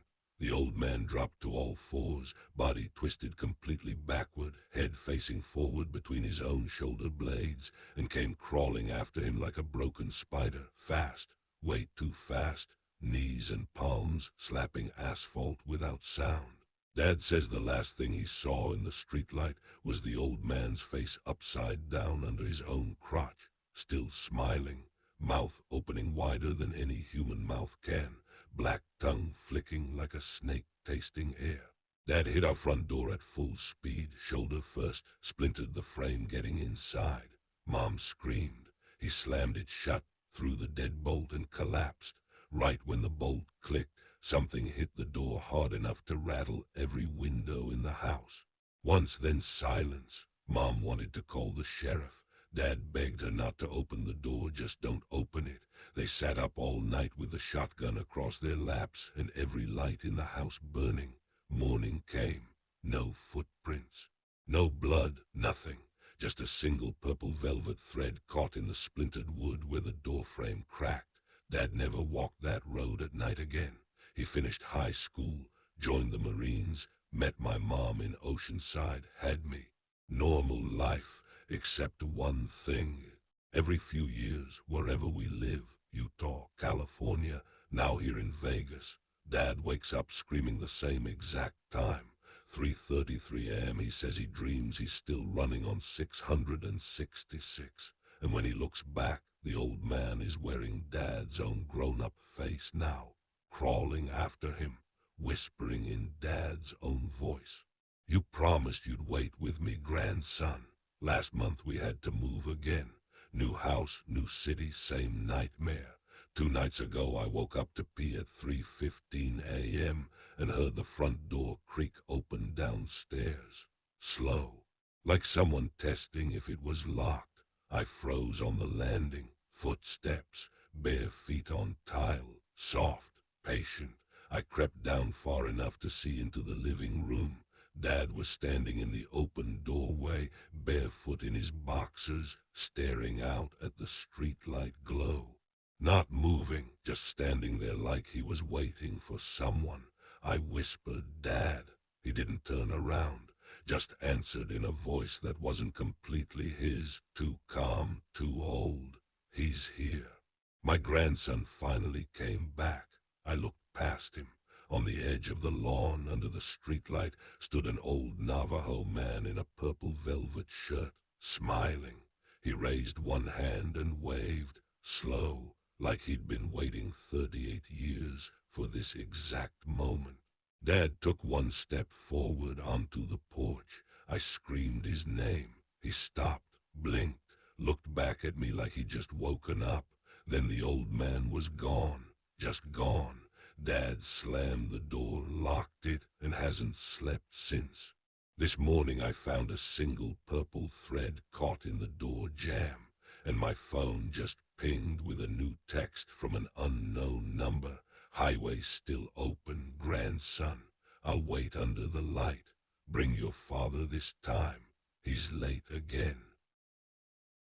People think the worst motels are the ones with blood on the sheets or needles in the toilet. They're wrong. The worst ones are the quiet ones where nothing looks wrong until you realize you're never leaving. My name is Lucas Reed, 29. Traveling salesman. I sell industrial HVAC parts to casinos and prisons across the Southwest. October 17, 2023, I was dead tired after driving a Minus 10 from Tucson to Quartzsite, Arizona. The only place with a vacancy sign still glowing was the Starlight Motor Court, 12 units in a U-shape around a gravel lot, neon cactus flickering pink and green. The clerk was ancient, skin like cracked leather, name tag just said Earl. He slid the key across the counter without asking for ID or credit card. Room 107, end unit. Quietest one we got. His smile never reached his eyes. Long drive, huh? You look like you could sleep forever. Room 107 smelled like old cigarettes and something coppery underneath. The art on the walls was worse than cheap. Hand-drawn charcoal sketches of winged things with too many joints crouched on rooftops, staring in windows. I laughed it off, took the hottest shower I could stand, and passed out in my clothes. I woke up at 3:07 a.m. to the sound of someone standing outside my door. Not knocking, not walking, just standing. I could see the shadow of two boots in the gap under the door, motionless for minute after minute. I called the front desk. Earl picked up on the first ring, voice calm as a graveyard. Yeah, that's just the guest from 106. He does that sometimes. Don't open the door. Click. I didn't sleep again. Morning came gray and cold. I threw my bag in the truck, ready to peel out and never look back. Earl was waiting at the office door, sipping coffee from a stained mug. Sleep okay. I told him about the guy standing outside my room all night. Earl just nodded like I'd mentioned the weather. Oh, him. He checks out every morning, but he always comes back. Says he's waiting for someone to let him finish what he started. He leaned closer. Last night he was thinking about breaking the person in 107's shoulder blades with a tire iron. Real specific, the way he described it. Said the crack sounds like music. I laughed, because what else do you do? Earl didn't. He left an hour ago. You probably passed him on the highway. I got in my truck and floored it. 80 miles later I stopped for gas outside Phoenix and realized I still had the key to 107 in my pocket. Heavy brass, old-fashioned, number stamped deep. I meant to mail it back. Never did. 3 months later I was in Vegas for a trade show. Stayed at the MGM Grand, 32nd floor, city lights glittering like broken glass. I woke up at 3:07 a.m. again. Same standing shadow under the door, same two boots. I flew home to Denver the next day. New locks, security system, the works. 3:07 a.m. the following week. Shadow under my apartment door. I moved twice after that. Same thing. Every place I sleep, 3:07 a.m. he's there, waiting. I started digging. Starlight Motor Court was built in 1959 on land where, in 1957, a drifter named Calvin Lee Whitaker murdered 6 people across 3 states, always in motel rooms, always crushing their shoulder blades with whatever tool was handy so they couldn't crawl away. His last victim was a night clerk named Earl Grayson, beaten to death with a cash drawer. Whitaker was cornered at the half-finished Starlight site. Cops shot him 17 times. Body dumped in an unmarked grave somewhere out back. Room 107 was the only unit finished at the time. They found Whitaker's bloody tire iron inside the walls when they poured the foundation. The motel's been sold 4 times. Every single owner kept the same night clerk, an old man named Earl who never ages, never takes a day off, and always gives room 107 to lone travelers who look tired enough to sleep forever. I haven't slept more than 2 hours straight in 2 years. Last week I cracked. I drove back to Quartzsite, pulled into the Starlight lot at 2:47 a.m. Neon cactus still flickering. Earl was behind the counter, same mug, same dead smile. Took you long enough, he said. He's been waiting. I asked for room 107. Earl slid the key across. Same brass key I still carry. Checkouts whenever you're ready, he whispered. No rush. I walked to the room. Door was already ajar. Inside, the sketches on the walls had changed. Every single one was me. Me sleeping, me showering, me screaming, drawn in charcoal and something dark that smelled like pennies. He was sitting on the bed. Same clothes he died in, purple flannel gone black with old blood, face half blown off from the 17 bullets, but still smiling. He stood up slow, tire iron dangling from one hand. I just need to finish, he rasped. Then we can both check out. I didn't run. I was so tired. I laid down on the bed and closed my eyes. The first crack was my left shoulder blade. Sounds exactly like music. They found my truck in the lot 3 days later. Engine cold. Keys in the ignition. My bag still in the passenger seat. Room 107 was empty, freshly cleaned, sheets folded perfect. Earl told the sheriff I never checked in, but if you drive past the Starlight Motor Court tonight, pull into the lot and look at room 107's window. You'll see a new charcoal sketch taped to the glass from the inside. It's you, reading this right now. Earl's saving the room for you. He says you look tired. And check out. There is no checkout, not anymore. Here's another one, same desert nightmare vibe, short and sharp. My name is Daniel Cole, 34, long-haul trucker. I run dry goods from Albuquerque to Barstow and back, mostly at night when the roads are empty and the CB stays quiet. March 9, 2025, 2:13 a.m. somewhere west of Flagstaff. Rained so hard the wipers couldn't keep up. A single vacancy sign glowed through the downpour. Desert Bloom Motel, color TV, clean SHETS, 11 units, peeling turquoise paint, one buzzing bulb over the office door. The clerk was a woman, maybe 70, hair like white cotton candy, name tag just read Marge. She didn't look up from her crossword when I walked in so. Room 8, she said, sliding a real key across the counter. No card, no ID, no questions. It's the quiet one. Nobody ever complains. Room 8 smelled like rose water and bleach. The bedspread was that thick 1970s orange. On the nightstand sat a little ceramic dish of hard candies wrapped in strawberry print cellophane. I took one out of politeness, then crashed without even kicking off my boots. Woke up at 3:33 a.m. exactly, heart hammering for no reason. The room was silent except for a soft rustle like someone turning pages. I sat up. The ceramic candy dish was now full of teeth, small ones. Children's teeth, some still pink at the root. I spat the candy I'd eaten onto the carpet. It wasn't candy. It was a fingernail painted faded pink. I grabbed my keys and ran for the door. It wouldn't open. The deadbolt turned, but the door itself refused to move, like it was welded shut. Through the peephole I saw the parking lot empty except for my truck, and every light in every room was on, curtains open, but nobody inside any of them. I called the office. Marge answered before the first ring finished. Everything all right, sugar. The door won't open. A soft laugh. That's because you haven't paid yet. I left cash on the dresser. No, honey, not that kind of payment. Click. At 3:37 the lights in my room went out, pitch black. Then the rose bleach smell got stronger, wet, like someone poured a whole bottle right outside the door. I heard the soft rustle again, closer, fingernails dragging across wallpaper.